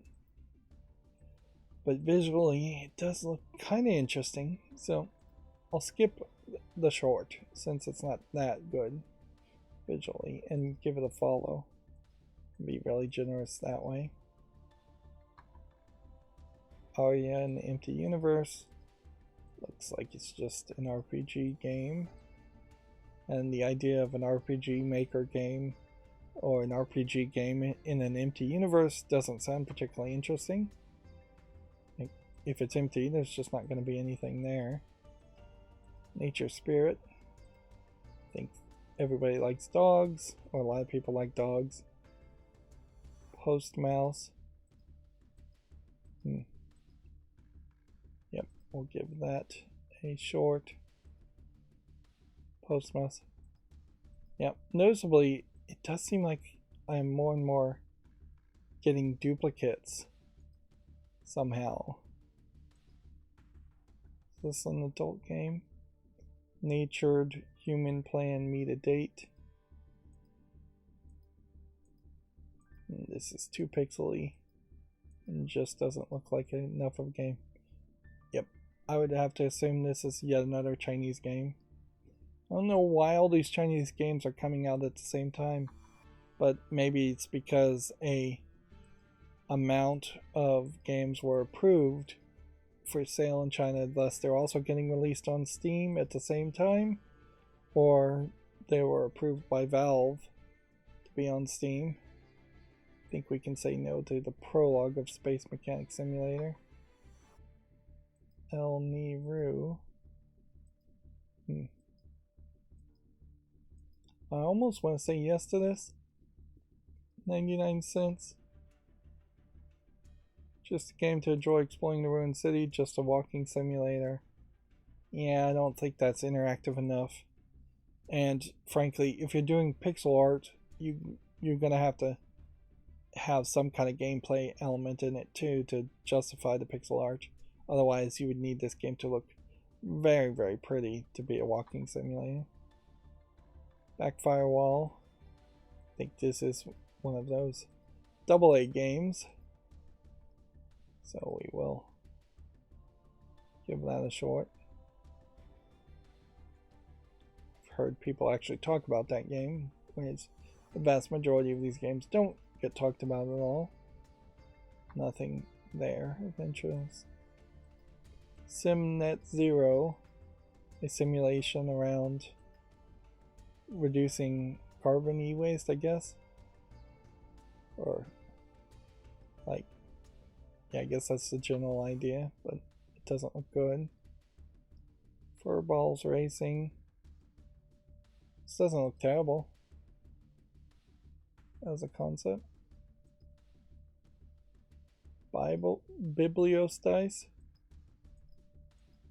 Yeah, I don't know what this is, but I'll give it a chance. Am I putting early access games in shorts? I guess I am. Like, there are just enough people willing to actually play an early access game, so it does make sense to put them on shorts. King's Dilemma Chronicles. Seems weird how there's very few of these games that actually play the video by default, and I have to just assume that some of these videos are being hosted by YouTube and some of these videos are being hosted by some other site. You'd think that all the videos would be hosted directly from Steam itself, but not so much. Paperback Adventures looks interesting enough. Checkmate Kings looks interesting. Well, we actually despite the fact that we got a bunch of bad, like, Chinese games, we actually have seen a deep amount of things. I guess the question is prologues. Now, do I want to do YouTube shorts around prologues?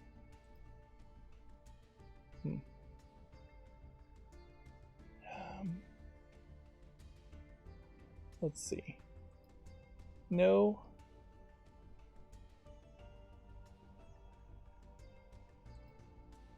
But this game, I guess I will show off instead. Right. And then that brings me to the GameDeveloper.com articles.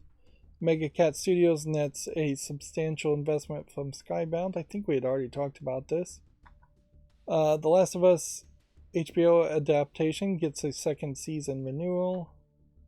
PlayStation VR 2 and Fortnite are gaining traction in mixed reality future.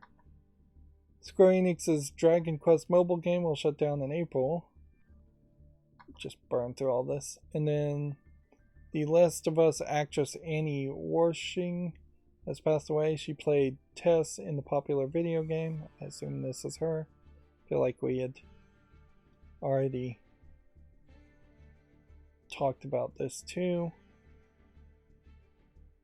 Let's see, she was in Star Trek Picard, The Rookie, 24, and The Vampire Diaries.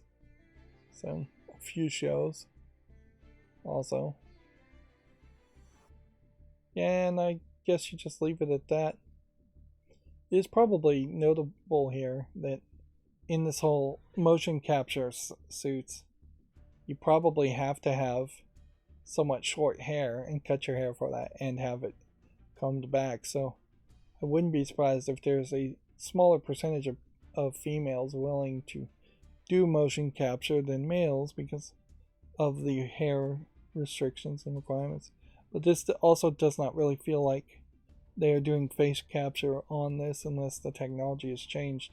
This really feels like this is just some actually kind of low points of interceptions, as it were, as far as just the dots that you would be scanning.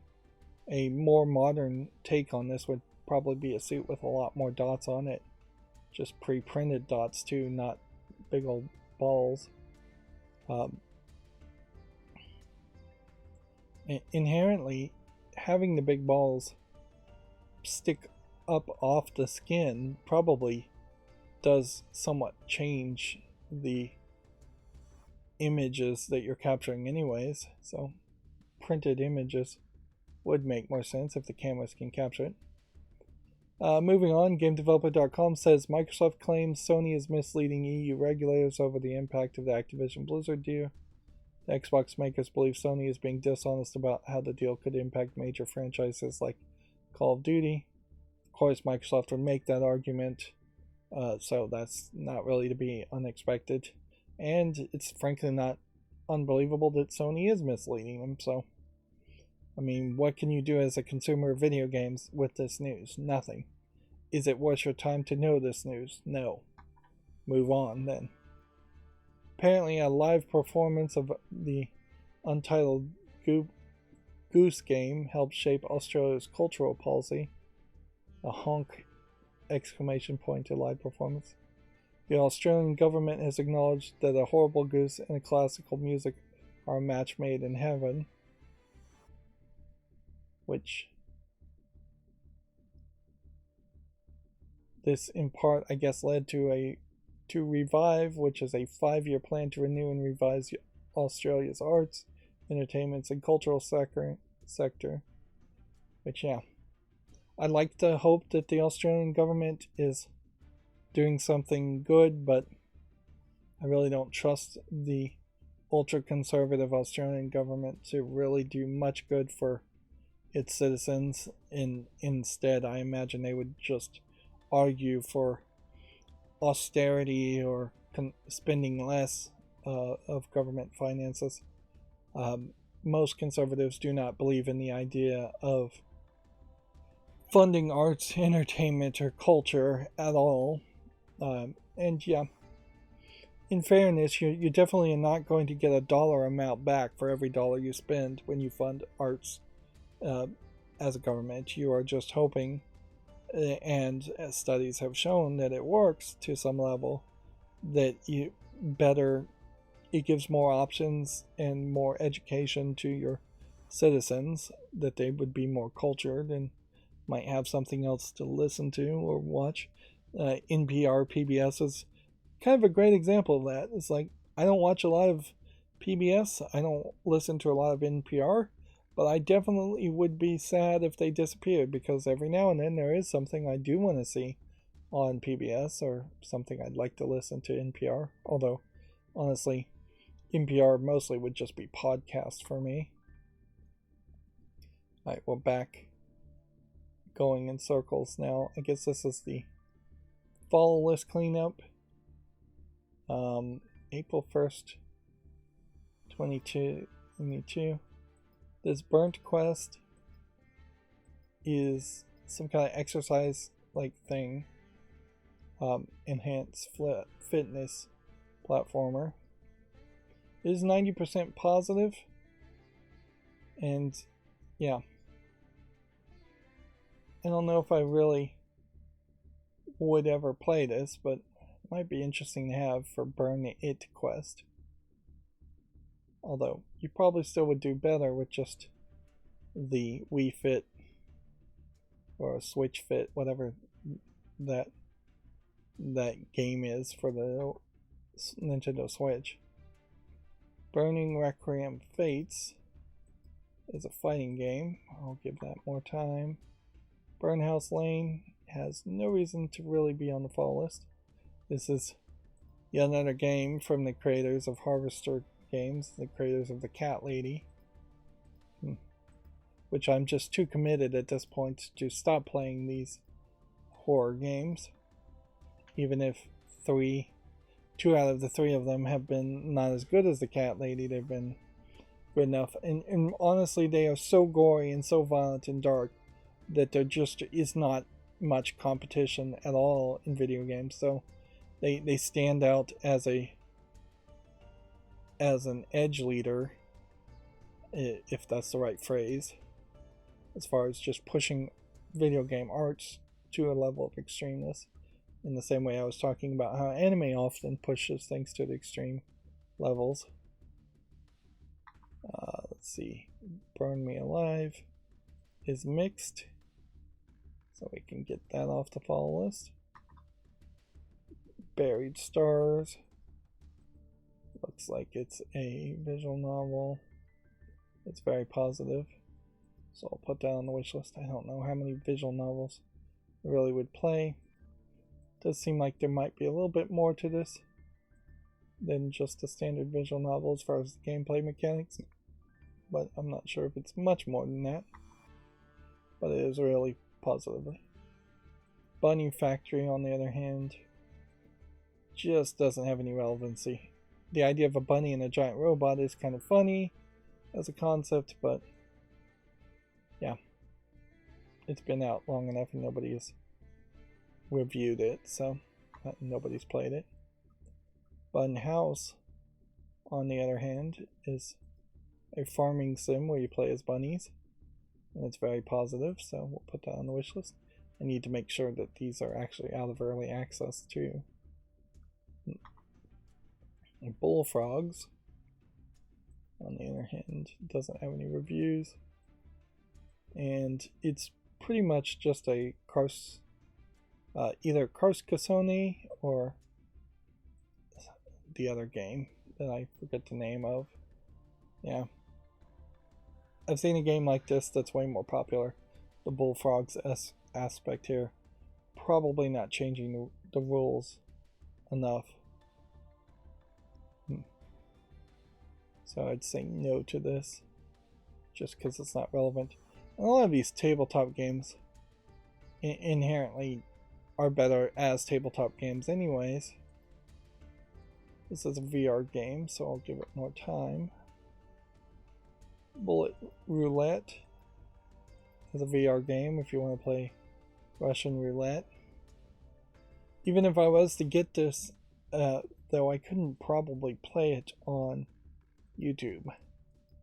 So this is definitely a game that I would get rid of as starting, I guess, once we go all the way around again. Once we hit the Z's in the follow list, because, yeah, you can't really show this on YouTube. You can't play it, I think, without multiplayer and have really any fun there. And, yeah. I guess inherently I wouldn't want to play the game itself. They don't have any legs and those things. Yeah, so let's just get rid of this now.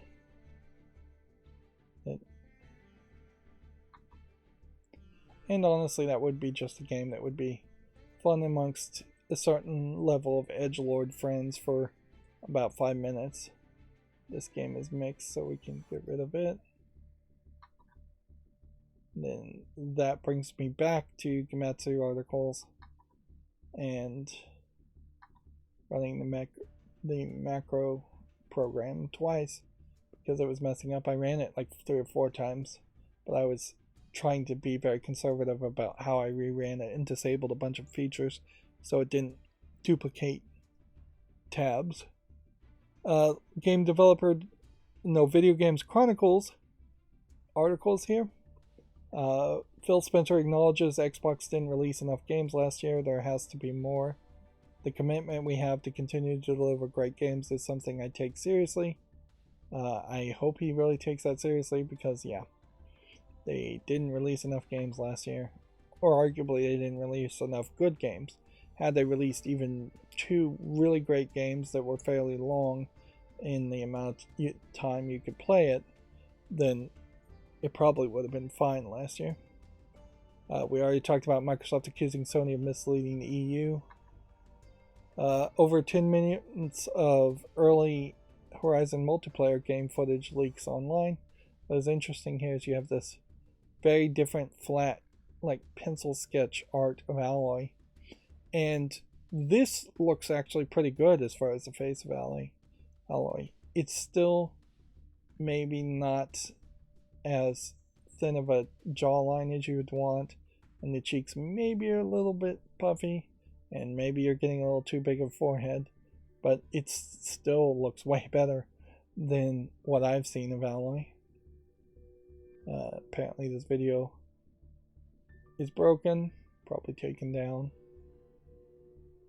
I don't know why you would make this kind of art and bother to color it in, though, unless you were going to use this as flashbacks or cutscenes in Horizon Call of the Mountain. Let's see. I said Last of Us 2 has been renewed for a 2nd season. Reviews definitely have come out for like the 3rd episode. There's no point in me talking about Last of Us reviews or anything though. I will mention it when people start really hating the series, if people do start hating the series, but that's about it. The Forza Motorsport release date may have been delayed. It's been claimed. Battlefield 2042's long-awaited class system update launches next week. WWE superstar Zelina Vegas joins the Street Fighter 6 as a in-game commentator. Now, arguably, if she's not using her... Is she using her wrestling name or is she using a real name? Because if she's using a real name, perhaps she shouldn't be depicted in the wrestling attire, the bikini top in particular. Maybe she should go for more of a professional look anyways, just as a commentator. It doesn't have to be crazy professional, but bikini top wrestling attire doesn't really make sense for a commentator. Kingdoms of Amalur Re-Reckoning Studio is working on a high-profile THQ Nordic IP, which I guess could be anything, really. The studio has primarily worked on remasters of THQ Nordic properties in the last decade, so them potentially working on something new might be interesting. Severely depends on how much you you liked Kingdoms of Amalur Re-Reckoning or any of their remasters. I do want to see THQ Nordic try to make better games anyways, or just embrace a group in general making better games instead of them kind of half-assing it. Let's see. Phil Spencer claims 343 remains critically important to Halo despite a wave of cuts. Although I don't know how many layoffs of jobs happened at 343. If anything, I would say the wave of cuts is probably more in the category of cuts to content or maybe cuts to funding. In a lot of ways, they may be smart to just kind of abandon Halo as a series and just move on to something new. Although they need to find that new thing, and who knows what that would be. February's PlayStation Plus Essential Games have leaked. Check out this article, I guess, if you're interested. Seems like it's Ollie Ollie World Mafia Definitive Edition and more.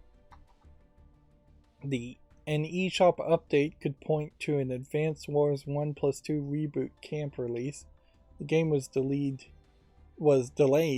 out of last year due to the war in Ukraine, and yeah, nothing really has changed, so they either are going to have to launch this game or they're going to never launch the game, so they might as well just launch it at this point.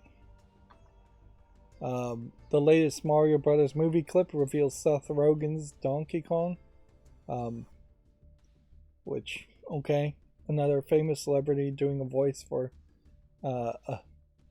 Donkey Kong, or doing the voice in the Mario movie. I'm sure it'll be somewhere between acceptable to good, but probably not great. In their debut week, Hi-Fi Rush reportedly outperformed Forspoken on Steam. Yeah, Forspoken definitely not doing well. Hi-Fi Rush doing very well. I wouldn't be surprised if they potentially sped up the stealth release of Hi-Fi Rush to maybe make up for the fact that Forspoken is not doing that well. Although, I don't know if Microsoft even has anything to do with Forspoken. They probably are publishing it. Yeah. Square Enix owns Forspoken, so it's not like Microsoft was involved there. And there's much more higher PC demands they're mentioning compared to Hi-Fi Rush. So, yeah. If anything, maybe they saw the day one reviews or the pre-launch reviews of Forspoken and said, let's release our game to really trounce Square Enix, but I don't think Microsoft really cares to trounce Square Enix since they publish they put Square Enix games on Xbox anyways. If anything, Square Enix might take offense that Hi-Fi Rush was released, but they really probably wouldn't. Capcom says it's set to sell a record number of games for a fiscal year. The publisher expects to have sold more than 40 million units in April. I guess there's probably a high variety of Capcom games. Certainly they could be sold. Between Monster Hunter, Resident Evil 2, Devil May Cry 5, Resident Evil 3, Street Fighter 5, and yet another Monster Hunter. Yep. So if you've got 5 fairly big games there, 40 million's definitely doable. Sony launches a live from PS5 marketing and says it's now much easier to buy one. We talked about that. Sony's new PS5 ad could be teasing an Uncharted 5, which, yeah, I guess they could do that, certainly, but it won't be from the makers of the previous Uncharted games. Which, okay. Yeah. You see a lady here doing kind of the Indiana Jones thing, so if anything, I don't know if that inherently means it's an Uncharted game. It may just be a Tomb Raider game without actually being called Tomb Raider. Or the biggest twist certainly would be if Amazon partnered with Sony to develop a Tomb Raider game and then made it a timed exclusive for the PlayStation, which that's somewhat believable. If Amazon wants to be successful, them partnering with Sony to make good games is probably their best bet. Video Games Chronicle says Nintendo's next Kirby remaster could add and have an extra chapter according to a leaked box. Which, okay. New content. The Kirby remaster that they're making, Return to Dreamland, I'm wondering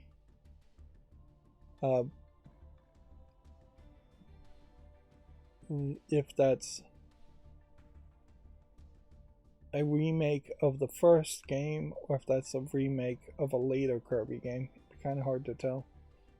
Inherently, though, if you loved The Forgotten World, which was 3D, this will be a remake of a 2D game, so it will feel somewhat different. Let's see. HBO Last of Us Episode 4 trailer teases The Hunters. Amazon reportedly wants to turn Tomb Raider into a Marvel-like franchise. Company said to investing heavily in an interconnected game, film, and TV releases. Which, yeah, Amazon Prime movie and TV Tomb Raider movies wouldn't be the worst thought ever. But they still need to make a good game. February's Xbox Live Games with Gold titles have been announced. Subscribers can claim For the King and Guts and Goals next month. Right, and then guess we are probably looking at nothing else. Okay, so I think that is that. Let me turn off the blur. I still haven't figured out a way to automate turning on and turning off the blur. Let me scroll through my Twitter feed and see that there are 52 new tweets, which I think a lot of them are just going to be retweets of the same thing. New patch for Maiden Abyss Binary Star Falling into Darkness has been released for Nintendo Switch and PS4. But yeah, I'll scroll down my Twitter feed. I really need to rush here. I'm running probably a little late. Well, actually, probably not that late, come to think of it.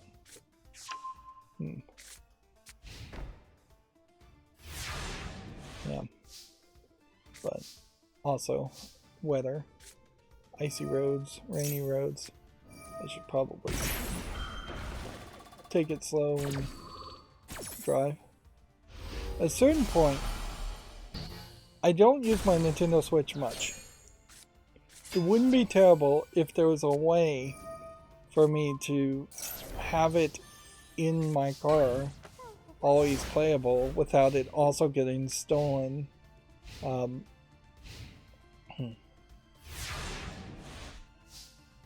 And also having it playable in the house. Like, that's where something like streaming from a, I guess, system might make some sense. If you could have some kind of box that you stream the gameplay to, and then you could have just a cheap Switch Lite in the car, but then you'd have to basically stream over the internet in most situations. Like, it is the age-old gadget problem, is that you want gadgets to be super cheap so you can have them everywhere you'd want them, but they're never that cheap. Let's see. Gametsu has said that Rhapsody they've reached out to NIS America and said there are no plans regarding Rhapsody 1 on the PS5 at this time. So this is like a example of another like anime visual novel looking game. Just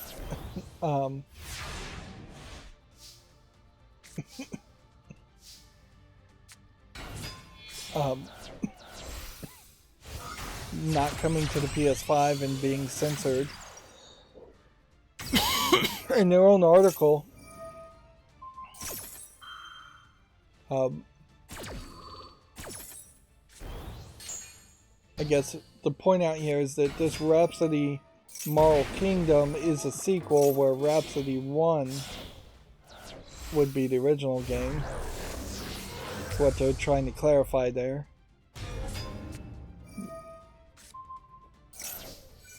But Rhapsody Moral Kingdom is coming out for the PS5.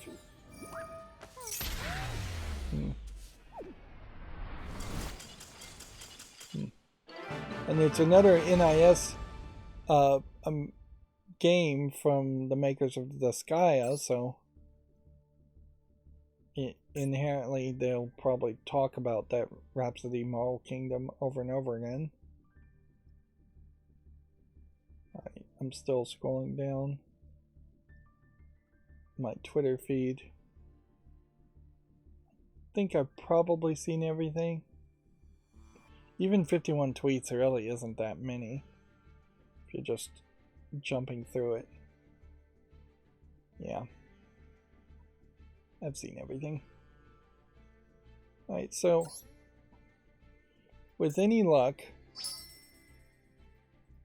I'll be able to play and get some of these daily quests done because they totally need to be done.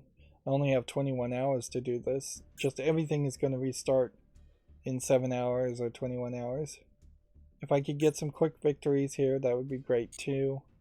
But for the most part, I'm assuming I've made as much progress as I can, both on the ranked play and on the time-wasting theme chronicle. So we'll end season 13 at mid-gold, not making it to platinum, and we'll end this wherever we end this at. Anyways, like, that's going to be it for this stream. As always, I ask you to like, share, subscribe, comment, and watch every second of my videos. If you want a friend or follow me on any social media sites, there's a bunch of links down below. And if you want to support me further, there's a link to Patreon, or you can friend me on Steam and get me a game off my wishlist. Thank you for watching. Have a good evening.